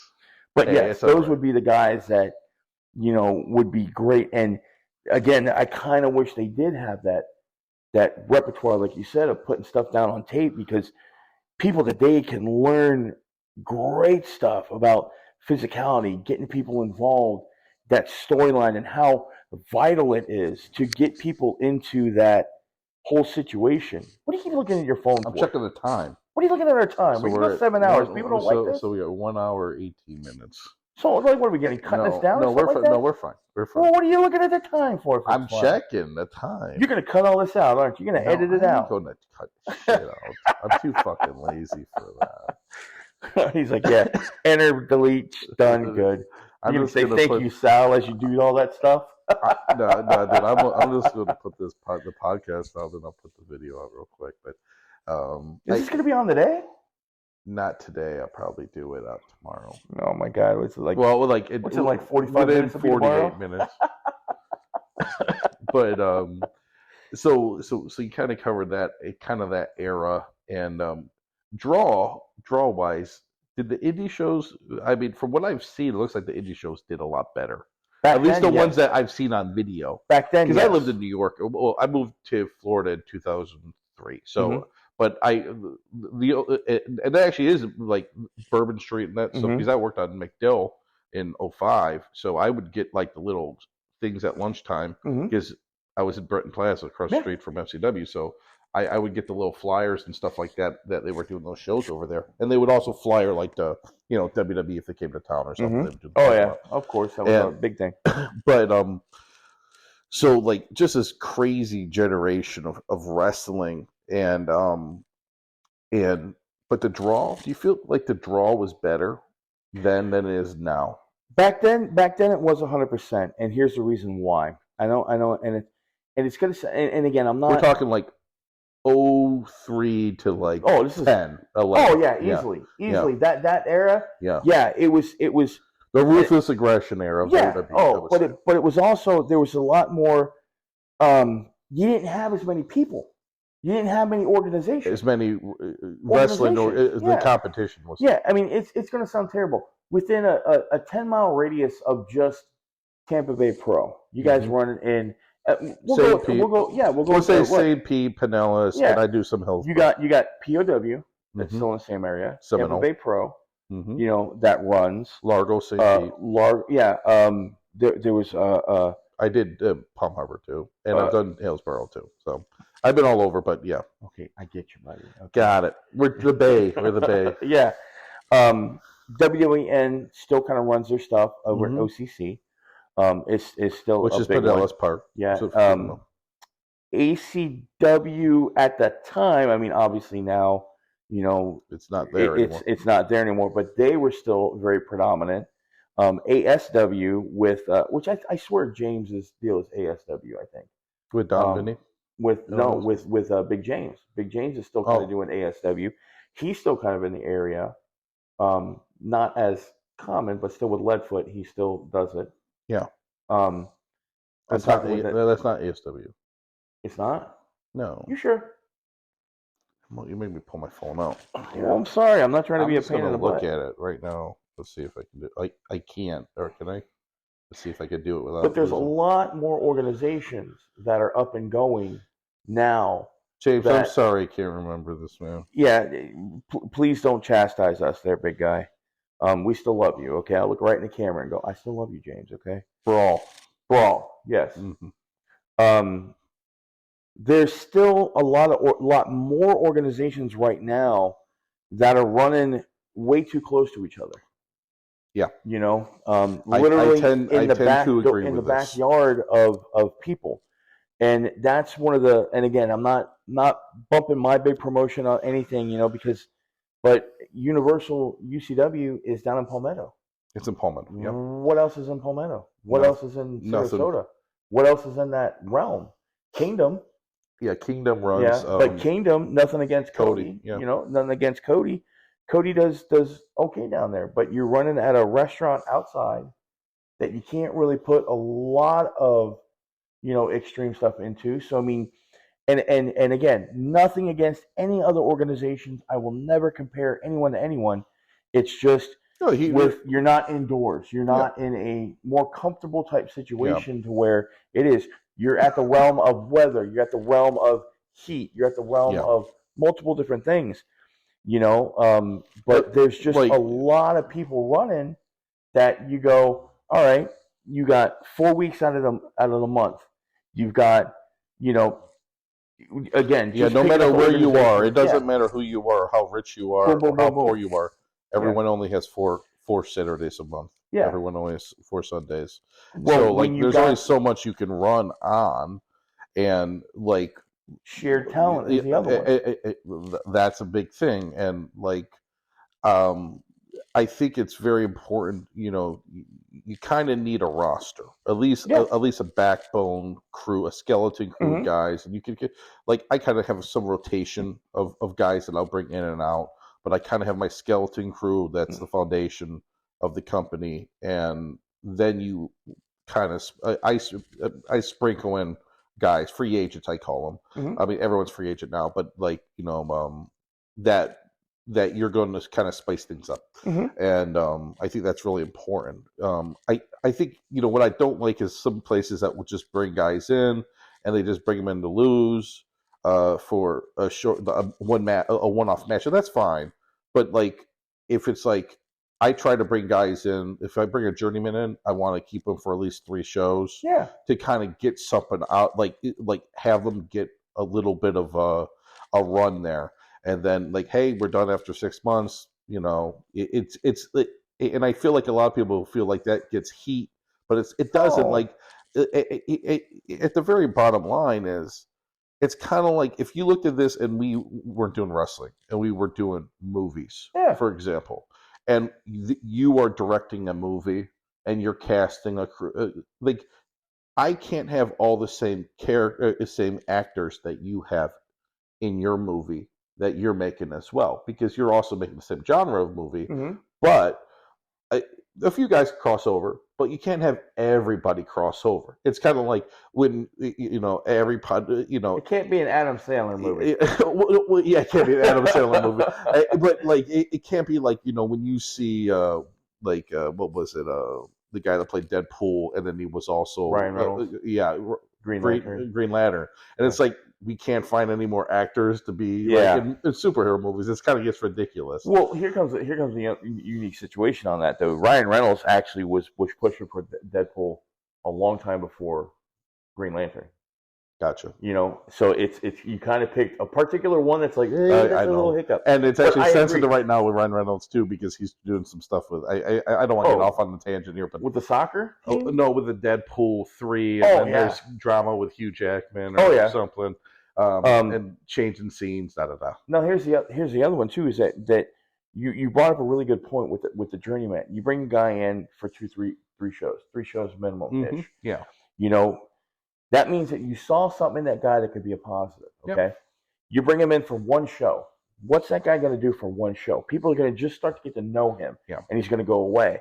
Well, then people come back to your next show, and you're going, hey, where's John Bon Jenkins? You know, I really like John Bon Jenkins. Oh, well, he didn't make this show. Well, oh, man, I hope he comes back. You get someone in, and you give him 3-4 shows. You give him some time to do his thing. Yeah. Hey, we like this. We didn't like this. Try this next time. You put him back out there. He gets in with the crowd. He gets in with the young teenagers, let's say. You know, he does a skateboarder gimmick, and it does phenomenal. Boom. All of a sudden, you got that teenagers telling other people, you're looking out there going, wait a minute. We got 50 more tickets on this show. You're looking out there, and you go, you got people now that are wearing skater stuff and bringing their boards and everything. You're like, well, wait a minute. John Bon Magoo over here just did good and brought you up. Well, now we're going to bring him in on a more permanent basis. You know, a lot of people don't do that. A lot of people bring in that one-off, and that's it. Peace be with you. Have a nice day. And the thing is it also gets into one of these situations where they go a good journeyman, which I look at myself now in my career. I look at myself as a journeyman, and I feel like I can go in. I'll do exactly what I'm being asked to do. Mm-hmm. And I get that over, or get whoever else I'm working over, or both, preferably both of us over, where I connect with the crowd, or they connect with the crowd. I connect with the crowd, however I should connect with the crowd. And then as long as you get that over, you're doing your job. And it's like, you come in, you do a good job. One match, for a lot of guys, that's not enough to know whether they can do. Like it gives you a taste, and then it gives you a string along. Like, I get guys all the time, and I hate doing like these podcasts. Everyone does these podcasts, like they're shitting on green guys and no. But like honestly, I want to see what they can do. And like, to me, from my perspective, I am looking at, like, as a promoter now, that I don't have a school affiliated with Tampa Bay Pro Wrestling, for example. Like, I don't have a feeder school. I kind of look at everybody. I look at all free agents. I don't have to book young guys anymore, like, just like that are there, unless they really want to be there. I'm not going to make, like, some guy that contacts me from XYZ school in whatever. I'll just say Jacksonville, just say a city. If he traded in Jacksonville at some school up there, and then he wants to come down, it's like, well, if you want to come down, then just come down and prove to me that you're going to show up, because I have a lot of times. Well, I'll go and I'll try to book some people, and then they burn you. Yeah, like they just don't show up. 100%. So, like, you have not proved even you will show up to the show and be reliable to me. A guy that you know very well is that kind of contacted me and wanted to get it is a guy named Dante Casanova. Oh, really? And I actually he came from Breeze's school and Sean's school in Orlando, Flatbacks, and he was very polite, and I got a call actually from not for Tampa Pro for him, but from actually another promotion I work with up in Georgia, and they promoter hit me up. He said, "Hey, I the guy you're supposed to wrestle isn't going to show up, but I got this one young guy. He's from the school. He's like, do you want to?" I'm like, "Here, send me stuff. I'll look at it." I told him, "Hey, man," I hit him up and I said, "Hey, man, do you want to wrestle? You can ride with me, from my place. Just park your truck or whatever at my place, and we'll shoot up." And went on a road with him, got to know him. Great dude, like Roy. His real name's Roy, but Dante, Is it really? It's Roy, yeah, it's just Roy. But I didn't know that. And he was an Army guy and all that kind of stuff. He still is an Army guy. He still is. And the thing is he just I had he thought I was good. I went up there and he doesn't know this, but I could have just squished him. As far as not from the superstar, but the promoter said Dax, you do what you want to do. Oh, so we went out there. And we did a 13, 14-minute full feature match. Oh, God, yeah. And I was Roy, and I explained everything, as far as what we could do. And I wasn't an asshole vet, I'm going to take over. And I was what can you do at this part? What can you do at this part? Because he was very well educated. He's obviously looks like a fucking Greek god. And, he, and I'm okay, so this is how I want to, we put it together in the car for the most part on the way up. And when I got up there, I'm like, no, we're gonna do a full feature match. And that promoter lets me kind of roll with it. He trusts me. So, we went in there, killed it, and he had a great match. And actually, he actually videoed it, and they actually, he told me that they brought that back at the school and they all watched it at the school. Oh, dude. And they were really happy about it. So and then from that point, I'm okay, I started, but he did all the right things to do. Mm-hmm. He showed me that he would show up. He showed me that he was willing to work with me. He would help out however he could. Those are all the ingredients for success. And I think a lot of guys need that help. And I don't want to, like I said, I don't want to do but that's from a promoter standpoint, what I would want to see. Because it's not just proving yourself. It's building a trust with who you're working with. Oh, it's a relationship. Anything's a relationship. Yeah, it's a relationship, and but I'm now at a point where it's now I want to step up the promotion. So I want to, for Tampa Pro at least, from my perspective, I want it to be higher level product from a wrestling standpoint. Mm-hmm. Or if it's not work rate wrestling or however you want to say it, it's from an entertainment standpoint. Yeah. You know what I mean? Because I feel no offense to shows that have schools associated with them directly or what have you, but you're always going to have the young, younger talent that are still growing and grooming. Mm-hmm. If you can, I think if I now at this point, for me to make more money, I got to have a better product. To sell tickets. Oh, 100%. You see what I'm saying? Yeah. And there's always going to be the spin from a standpoint, well, if you book young guys, then they're going to bring all their family out for the first few shows. And then they'll be gone. And then they'll be gone because that gets real old real quick. And that's a crutch that you can go to. Oh, 100%. You know what I mean? But it's not something you should drive a whole promotion based off of. Even, excuse me, even what so, when you do have those younger guys and I'm kind of, that's why you have those, the dark matches or the pre-show matches. So let's do a pre-show or bonus match. Kind of a deal is you want to give them that shot in front of people, and you might make a little bit of it, but I mean, you might have a superstar in that situation. Yeah. We gave a younger dude, unfortunately doesn't work with us because he's an idol guy, and we had a little bit of a parting ways. VHS, Vix Hop Shakur.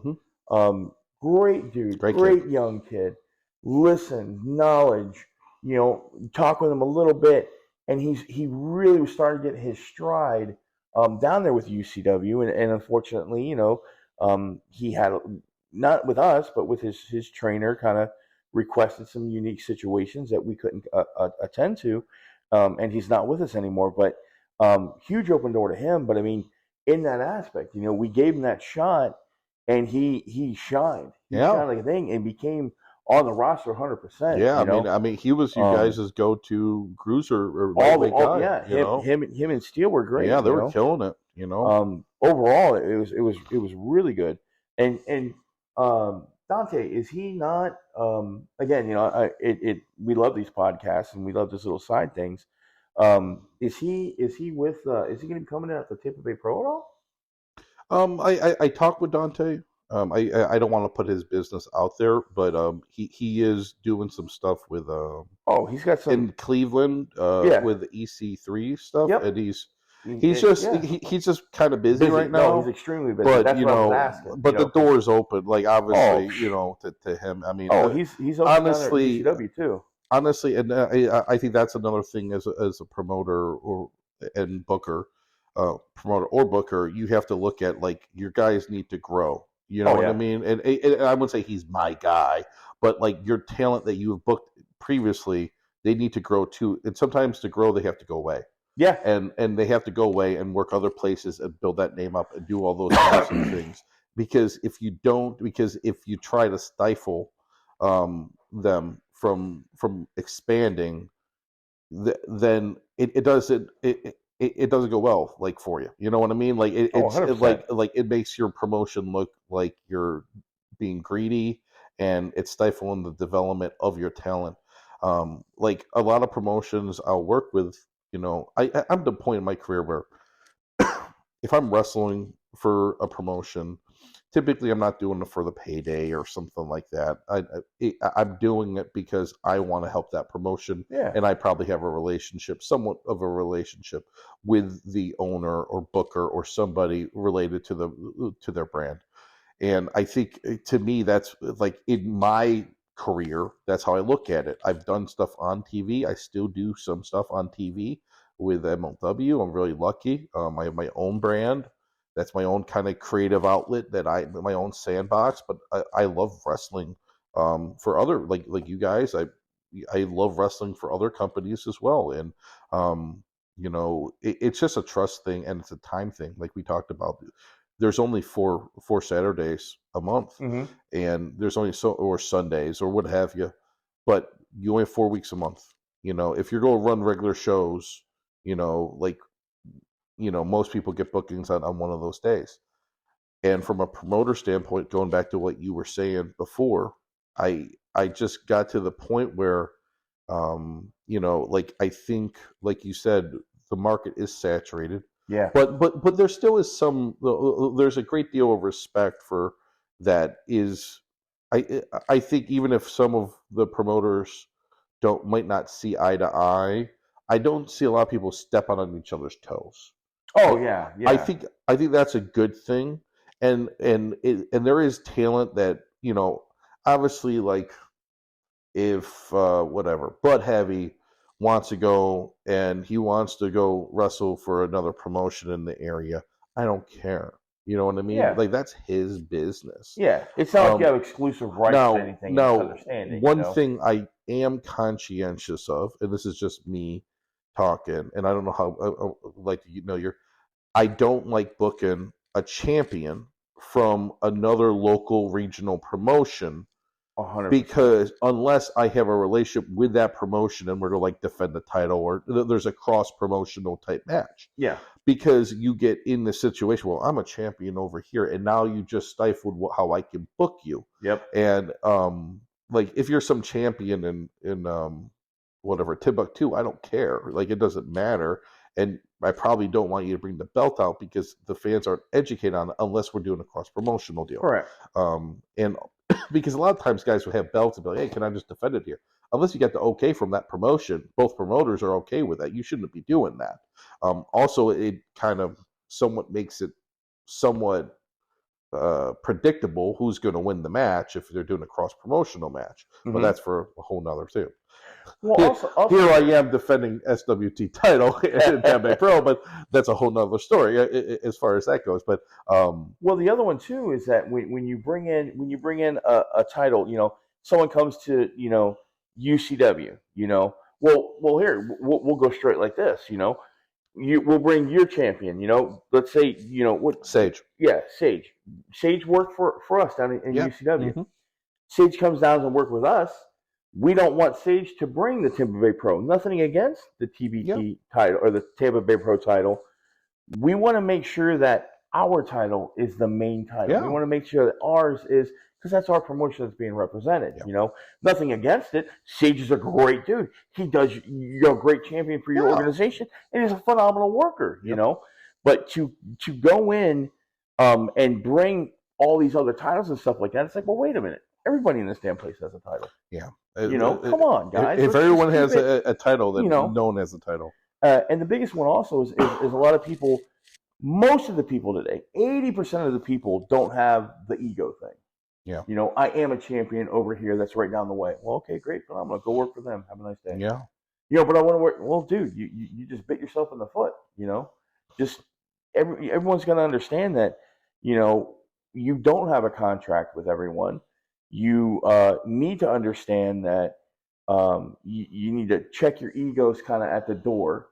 Whether you've been doing this 1 year, 3 years, maybe over 4 or 5 years, it might get to that point. But even at 3 years now, you're still considered a greenhorn. Yeah. You might have some great shows. You might have some great matches under your belt.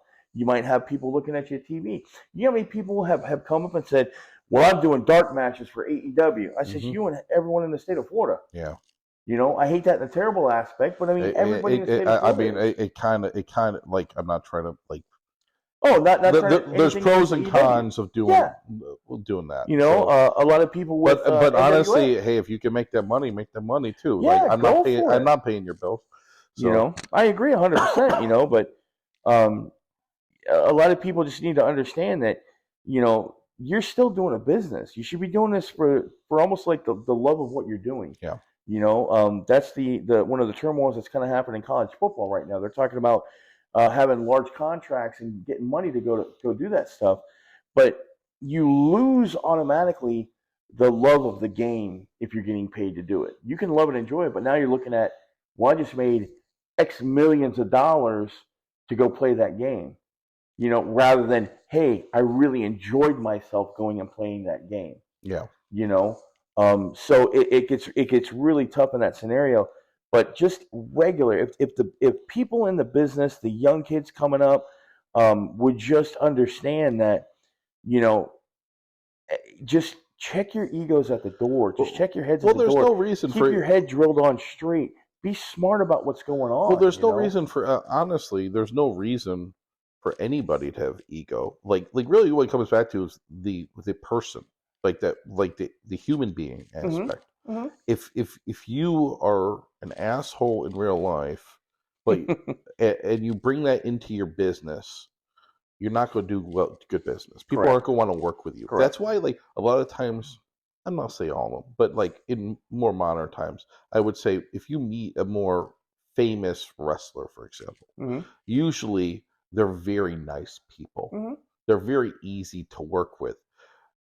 You don't get ahead being a dickhead. You know what I mean? Being difficult to work. It doesn't matter how much talent that you have. If some people don't want to work with you, that's going to be said to management, and management is going to not keep them around. So, like, just look at that from a success standpoint. From a competition standpoint, I used to tell the guys when I was associated with the school, I would tell them, because I would see a lot of like not fighting, but competition, like going at each other's throats, like a little bit. And it's just like, guys, honestly, look to your left, look to your right. That's not your competition. Yeah. Your competition should be where you want to go. Yeah. Your competition is Seth Rollins. Yeah. Your competition is Moxley or wherever, or, Satoshi Kojima or whoever it is. Like, you don't have, like, you shouldn't be competing, like being obsessed about that. And it's like, going into some of the somewhat topical right now. Jordan Owens had put together the Florida Top 100, and everyone's the quintessential that everyone gets their feelings hurt over Jordan Owens Top 100. And Jordan leads off and says, "This is the love letter, a love letter." Yes, it's like I'm trying to mention guys that should be seen. Should be featured in Florida. It doesn't mean I guess if you don't make the list, maybe that says something. But if you make the list, just shut the fuck up at this point. Like you're relevant enough, okay? Yeah. And when it comes down to this, ain't nobody on there, really fighting to be physically beating someone up to get to the top of the mountain, okay? This is entertainment, okay? So if you want to do that, there is a sport for that. There's plenty of martial arts. There's mixed martial arts. Go do those kind of things. Hey, we're going to take a quick break here. You got to go pee. Yeah, I'm going to do that. And I got a surprise for you. We're just going to let it keep recording. I'll cut. Okay. Hey, for all your merchandise and collectible needs, check out ShopTampaBayProWrestling.com. We've got merch and more from your favorite superstars. We'll see you there. Back from break here. And nice. I got something for you, Torch. But it's not for you. It's not for you. It's for me. No, is it coming home? So you were going to present something to me. I'm going to present this to you. This is actually the Dream Women's Wrestling World Championship. Sure. No way. I actually have had it for about a month, and I wanted to show you first. Okay. First hand here. Okay, I'm going to put get this your down. impressions here. This is an unboxing video apparently. Now, do I say anything crazy like that's a really long zipper effect? That's a long zipper. That's a long zipper. First off, you need to put this the other way around because this zipper across I know. plates I just got that case, and that case is a pain in the ass. I like the other case I had for Pro-Am, but this is not for Pro-Am. Jeez, Manetti. Holy cow. I love the purple. Yeah. I love the purple. Oh, look at that. They did a great job. So the guy that actually did it. Oh my gosh. Well, my contact. So Frank Gastineau. Frank. Yeah. So Ref Frankie was he works at Impact as well, and he had TNA again. He hooked me up with the guy that did their belts, their most recent belts, and that's a nice. Hooked me up with him. They cut me a deal. One. It's nice, man. Now, can I? You want me to be honest, and I know. Yeah, no, let me see it, man. Well, it's tough because you would dream. This is your organization. Yeah. I would have changed this coloration right here. Oh, there. Yeah, I was going to do teal. Well, the only reason being is that you have your logo here, and as petite and thin as it is, if you would have changed this just a little bit, your eyes would have centered. It would have centered into more. The center, right on Dream. I kind of like it's like when I look at gear, I always try to get 3 colors, and I feel like if you go less than that, it kind of looks too plain. If you go more than that, it gets overwhelming a little bit. So I was like the silver, the black, and the purple. But I actually wanted to do. Because the colors for Dream is actually purple and then the tealish green. Mm-hmm. That should have been you should have put your teal here, and here. Yeah, but which will make that main plate pop real hard. Once he was doing I was getting antsy, and working with these belt guys because I think he actually doesn't make the belts himself. He goes through somebody, so it was like. One of those deals. Let me see the back side of this. Let me take a look. No, it's beautiful. It's beautiful. I love the etching on it. With the etching on the background, I almost would have go, hey, right here, put my name in here. Put my name. Yeah, Stick Dax. Something crazy. That's a little, That's funny. Or who your next. Do you have in mind? Are you doing a tournament for this, or do you have a current champion? Well, there will be women that will compete for this belt. Okay. And so what's actually happening is the next show will be the first. I'm doing, I believe, what I'm doing is three different matches, and the winners of those 3 matches will qualify for the championship match, which will be a triple threat. and whoever wins that will be the first Dream Women's Wrestling champion. Now, I'm not going to lie to you, okay? I've been watching the Dream Division, okay? I've been watching, who you bring in, and maybe it's terrible to put this out in the world, but I am a huge fan of Avery, yeah. She is amazing, great talent in working, can pull good matches out of anyone. I've seen her wrestle quite a few different people. Yep. Is great, respectful in the locker room, very down to earth. But I mean, Avery Bro would be a good one. The Emily Locke, I think, would be a great one for that particular situation. Now you got a lot of girls that come in for just the Dream that I've watched at Tampa Bay Pro that are really amazing talents. Yeah. Really amazing talents.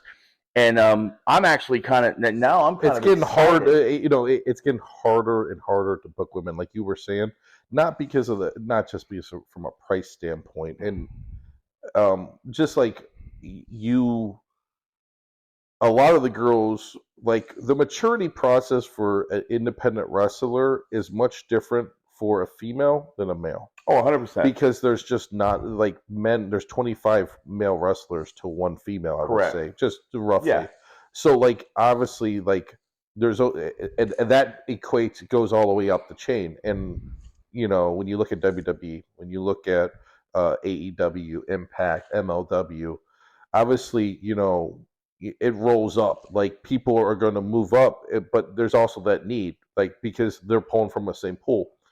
Obviously, WWE is very much all about women's wrestling. The women's wrestling revolution. Like half the show now on Raw or SmackDown or what have you. I feel. Well, Royal Rumble is going to be. Like they have their own Rumble. They have their own elimination chamber. They have their own like they're getting their side of it. So it's almost 50% now. So the maturity process for female wrestlers, like they get like if you're good, like good from a well-rounded, talented, in shape, all those things, could cut a promo, these kind of things. If you can do that, you're going to move up the line, and you also are easy to work with. These are all things to move up, and the thing is a lot of the girls like Valentina Rossi, she's on Women in Wrestling right now. JC Love, she's on Women in Wrestling now. Like I had Kelsey. Durden, right? No, well, yeah, Chelsea. Chelsea. I'm sorry. But Kelsey Reagan. She's moving up. Devlin Macabre. Tornado, right? Tornado. Tulsa Tornado. Yeah. Kelsey. I had her. I can't use her anymore because of her contract. Yeah, the twins too, right? I did not have the twins yet. I was trying to, but they got picked up. So people like you only like there's a small window of opportunity to try to book female wrestlers before they start getting bigger and or get more popular. When they get more popular, they're going to want more money, just like any other wrestler. So it's just one of those things. So you gotta it's trying to strike lightning in a bottle or capture lightning in a bottle in a sense. So 100%. But I really want the Dream title, like this title, like my plan to not put it completely out there, but I started Tampa Bay Pro Wrestling with Lethal. Lethal ran the school portion. I ran the promotion side for the most part, and he, we don't have that relationship anymore because I'm on my own and he's on his own. But the thing is I want Tampa Bay Pro to grow. You know what I mean? Yeah. And I wanted to do a touring brand, and this is actually good. I would like this eventually. Dream Women's Wrestling to be a touring brand, and there's other brands that I would like to actually spin off where it's not just regional to Tampa. It could it could grow beyond that. So it's just I'm still trying to get everything sorted out with Dream. Like I said, from a talent perspective, there's just so many females. There's only so many you can get at a certain time. I really wanted to. I ran a one-off show which piggybacked on the Tampa Bay Pro show. But I really want to eventually run full women's show as well, where that could actually it's not like I can't run Tampa Bay Pro Wrestling in Dallas, Texas. It doesn't make sense. You know what I mean? But I could run Dream Women's Wrestling in Dallas, Texas if I wanted to. And that's kind of like where I can see this. But I'm actually probably going to try having this belt travel a little bit too. Oh, it's even better. So with some other promotions and things like that. So yeah, we'll see what happens. So the first match or the qualification for this match is going to be for the title qualification. It'll be for at the title, and that is going to be Raven Knight versus Emily Locke in that first opening round. So we're going to, And when's this going to be at? This is going to be at Over the Top on the 13th. Oh, nice. Okay. Yep. So that is the Dream Women's Wrestling tournament match. So every match on just to kind of put over the top on the 13th, if you want to come out, it's at Retro Rat Comics and Toys in Largo, Florida. We have that dream match, which is a qualifier, and the Wrestler Championship match, the SWT Southern Heavyweight Championship. Myself, Dax, is taking on DeAndre Jackson, the Big Hurt, out of South Carolina.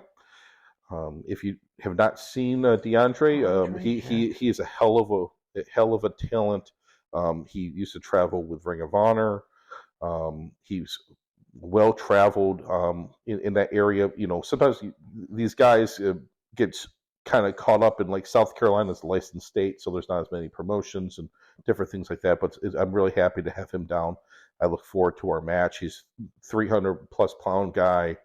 Super athletic. Yeah, he's a big dude. Yeah, he's a big boy. So, we're gonna be slugging it out, and it's gonna be a big old hoss match, yep. As you say. So I'll be defending my title on that. We have the just to announce on here. I have made some announcements to this, but JT Mercer retired, and he was one half of the Hellhounds, which was the Tampa Bay Pro Wrestling champions. Mercer did. So JT actually ended up retiring for personal reasons. Okay. He's okay. He just decided to wrap it up. So they were relinquished of the titles, and because Cody can't defend both of them, so he has to drop them. So we had a qualifier match at the Palm Harbor show at Vapor Mania, where Unnatural Causes qualified, and they will be taking on the number one contenders, which is the Council of Violence. So the winner of that will be the new Tampa Bay Pro Wrestling Tag Team Champions. So that's going to be decided over the top. And then we have the Sage Scott, the Trillmonger, or the newly crowned champion, heavyweight champion, will be taking on number one contender Drake Xavier, of Cerise, managed by the Princess of Weird himself. The Princess of Weird, I gotta watch my pronouns, Josh Johnson. And so that is, if you haven't seen either one of these guys out there, or if you have, you know what to expect here. Sage is a hybrid talent, former collegiate. He played for USF. He was a running back for them. He's just this diesel athletic, but he can move. He's a cruiser as well. Well, he is a cruiser style, but he's a heavyweight.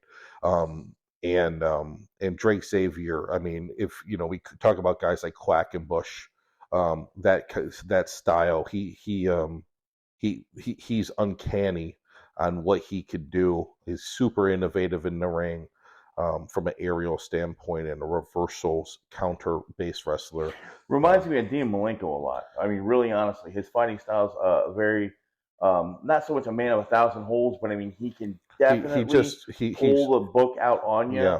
And when you think you got him, in a matter of no seconds, he's like, wait a minute, what just happened? And Drake has been one of these guys. I had brought, like we talk about bringing free agent talent in and things like that. Drake was one of these guys that I saw years and years ago, and he just he was still growing in his career and getting things together and getting gear and proper gear and all that kind of stuff. And like the transition that he's made, like I kind of was like, okay, great, brought him in for a bit. Then he started doing his own thing, and I think he got hurt, and then he kind of came back and reinvented himself, and he really has. His best work I've ever seen has been the past 3 years, and he definitely is a very impressive talent. So those are the actual matches that we have for Over the Top, and of course we have our 30-man Tampa Bay Rumble, which is an incremental Rumble, similar to the Royal Rumble, where a new competitor will enter every 90 seconds. So, Torch, what do you think about that? Oh, let me tell you something, dude. You have the Over the Top Rumble, and I had, honestly, I talked to you about that. We're going to talk about this in a little bit. Torch, what do you think about one of the 30 men being Rumble? involved in it? I'm the commentating guy. All right, okay. I thought I would check. Well, here's the thing. I'll never say never. Okay. Okay. Here's the reason being is that I have a metal plate in my right ankle. Me too. You do too. Okay. Yes, right there. Right there. Man, we got to compare our X-rays when we get done with this. I got to make sure that one screw might be a little cattywampus, and they're talking about possibly having to pull it out. But if I'm available, okay, for that day, I would love to partake in that. Now, but who's going to throw you out? Torch, exactly. Who can throw you out? Exactly. Hence the reason why would I not be involved with this? I'm not, 380 pounds. Between you and Mr. I don't know if I don't know if I'm going to be in it. Well, I got other business to take care of. Well, I mean, I'm one of the largest men to partake in that particular situation, and I think my chances are sounding pretty darn good at this point. So there's a very, very high likelihood that I'll be involved on that on the 13th Saturday. All right. Well, you're going to have to talk to the new owner, Sarge, and see what he says about that. Sarge likes to have the money situation, so we'll see what might happen on that particular situation. But he's not like the ding dongs like Commissioner Owens and Commissioner Commissioner Weeks. So we'll have to see what happens with that. That's a whole nother story for another day. Yeah. But yes. Show up on the 13th. That's our next show. I'm working on our dates right after that. And I'm super happy to kick off 2024 over at Retro Rat. It's an outdoor venue, but we got good lights. It's a 6 p.m. show.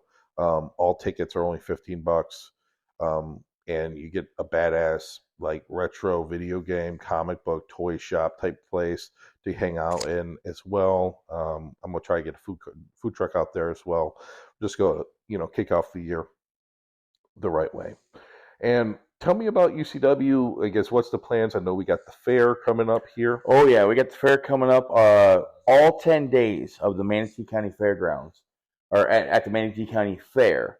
You buy a ticket to the fair, and you can watch all the wrestling that we have. We do 3 shows a day throughout the entire 10 days. That's 30 shows. 30 shows. 30 shows that you're able to do it. Our big show, our big 2.5-hour show that we usually do once a month at the Freedom Hall right there in Manatee County Fairs, we'll be doing for the fair itself. That will be our big show on Thursday. January 18th, which I believe one of the text messages which you heard go off on my phone, I believe that the Chocolate Stud, who still technically has the original didn't lose UCW, the title. Yeah, he didn't lose the title. He still has the UCW original title. I think he's invoked his clause because he wasn't there to get pinned. He wasn't there to to get it. Now, unfortunately, he had the food poisoning.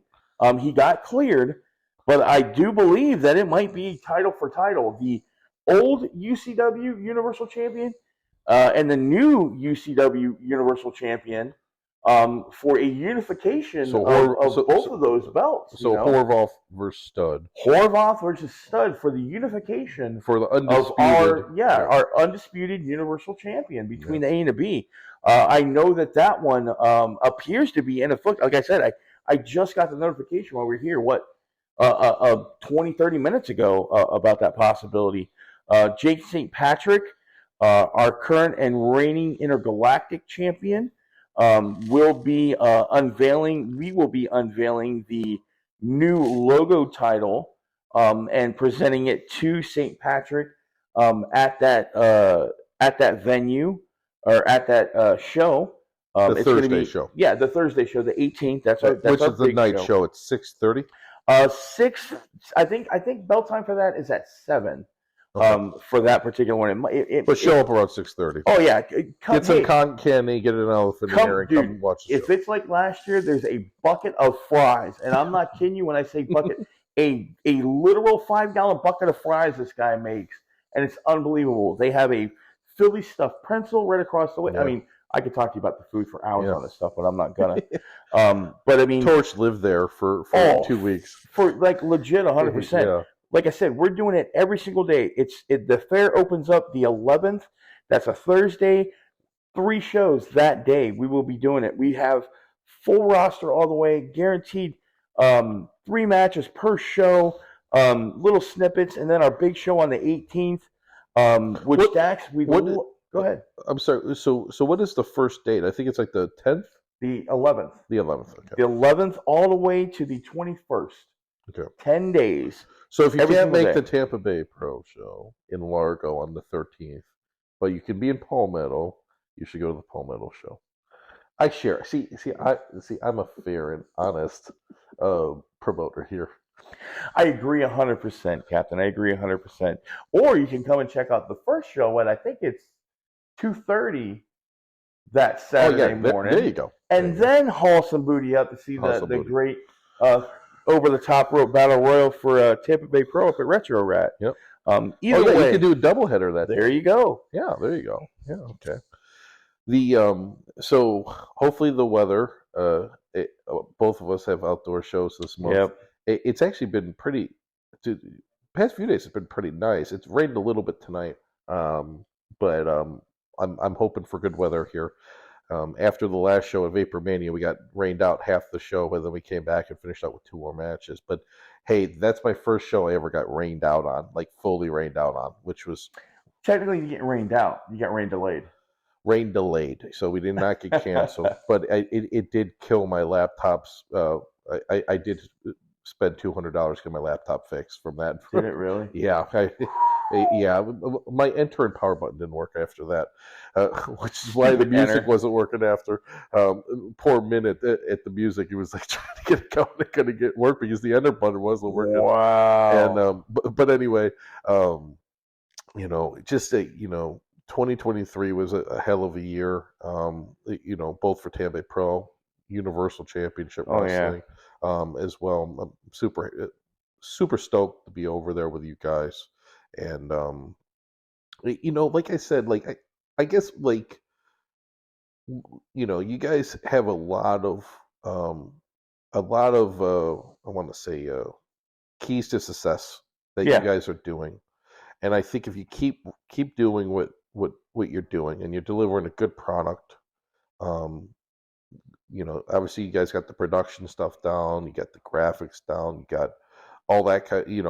I think next step, and I've talked to Johnny and about this, like you guys are kind of archiving a lot of this stuff, and you still are putting some matches out, but eventually, I guess the next step for UCW. Why don't you talk about that? Just give people like where do you see it going a year, 2 years down the road here? Like, keep doing status quo. You see, you guys.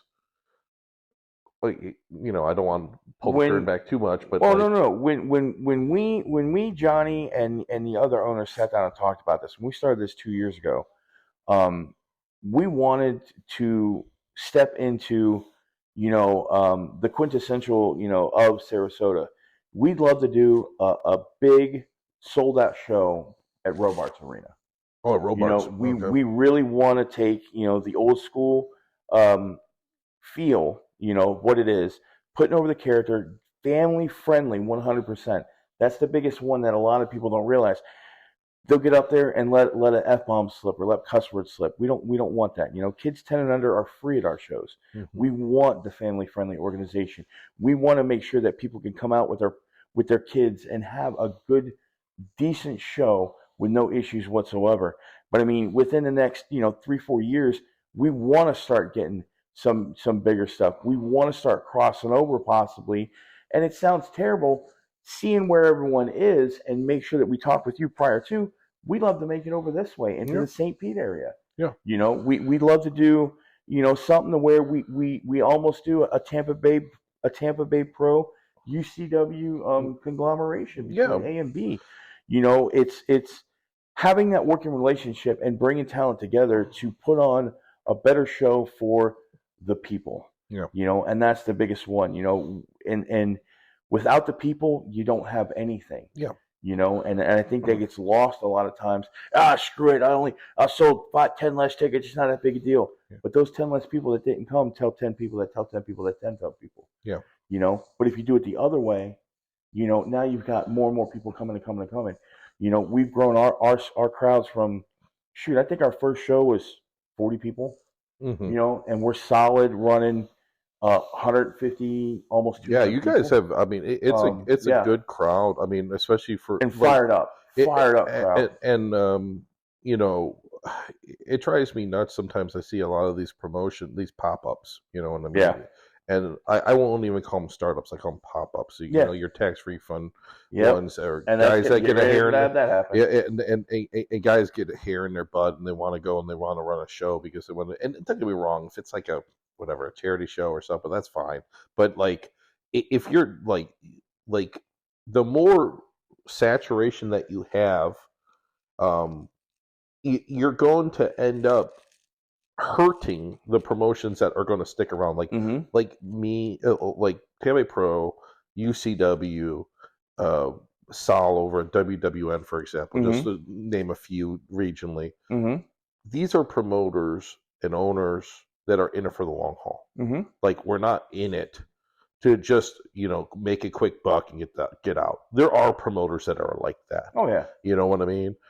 I think that's a problem. And, I tell guys, like when you hear the stereotypical money mark promotion, it'll pop up. If you're going to pop up, at least run it with a purpose and don't just run one show. Yeah. Run a few shows, like get something out, and do it the right way. Don't do it the wrong way. And don't just try to be cordial, you know what I mean? As far as how you work together, because honestly, you want to have those relationships with others. But it drives me nuts when I see all these pop-ups, and it causes a lot of disruption in locker rooms. It causes disruption, especially when they go after the same venues. 100%. Like, you don't touch venues. Like that's like the line. Like, you don't touch a venue unless you talk to the other promoter or you're in the situation. Granted, if you don't own the venue, you don't own the venue. But like, there's kind of like that unwritten rule that you don't step into other people's 100%. venues. Like, that's just how it is. You know what I mean? But well, Torch, you got anything you want to put over at this point? You've been putting over UCW. Oh, man. Not really. I mean, Universal Championship Wrestling. Come check us out. UCWverse, VERSE.com for all of it. We run the third Sunday of every month. We have all 10 days of the Manatee County Fair coming up, January 11th through the 21st. 3 shows every single day. February 18th, which is a Sunday in February. That's going to be the one in February for all that stuff. It's really get family friendly, 10 and under. You get 2 kids for every one paying adult. General admission.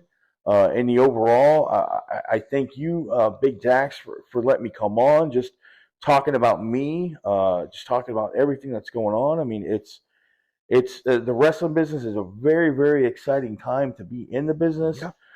It's very, very exciting to see how Tampa Bay Pro's growing, to see how UCW is growing.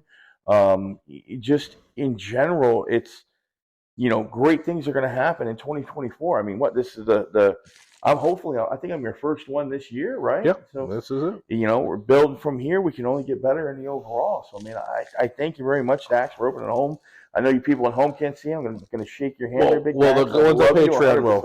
Yeah. But yeah, man, it's been So much fun and so Hell good. yeah. And gorgeous belt, man. Gorgeous. Thanks, man. I appreciate it. And I'll see you guys on the 13th. Look forward to seeing y'all at Over the Top 2024. For the Daxcast, I'm Dax. Signing off. Thanks.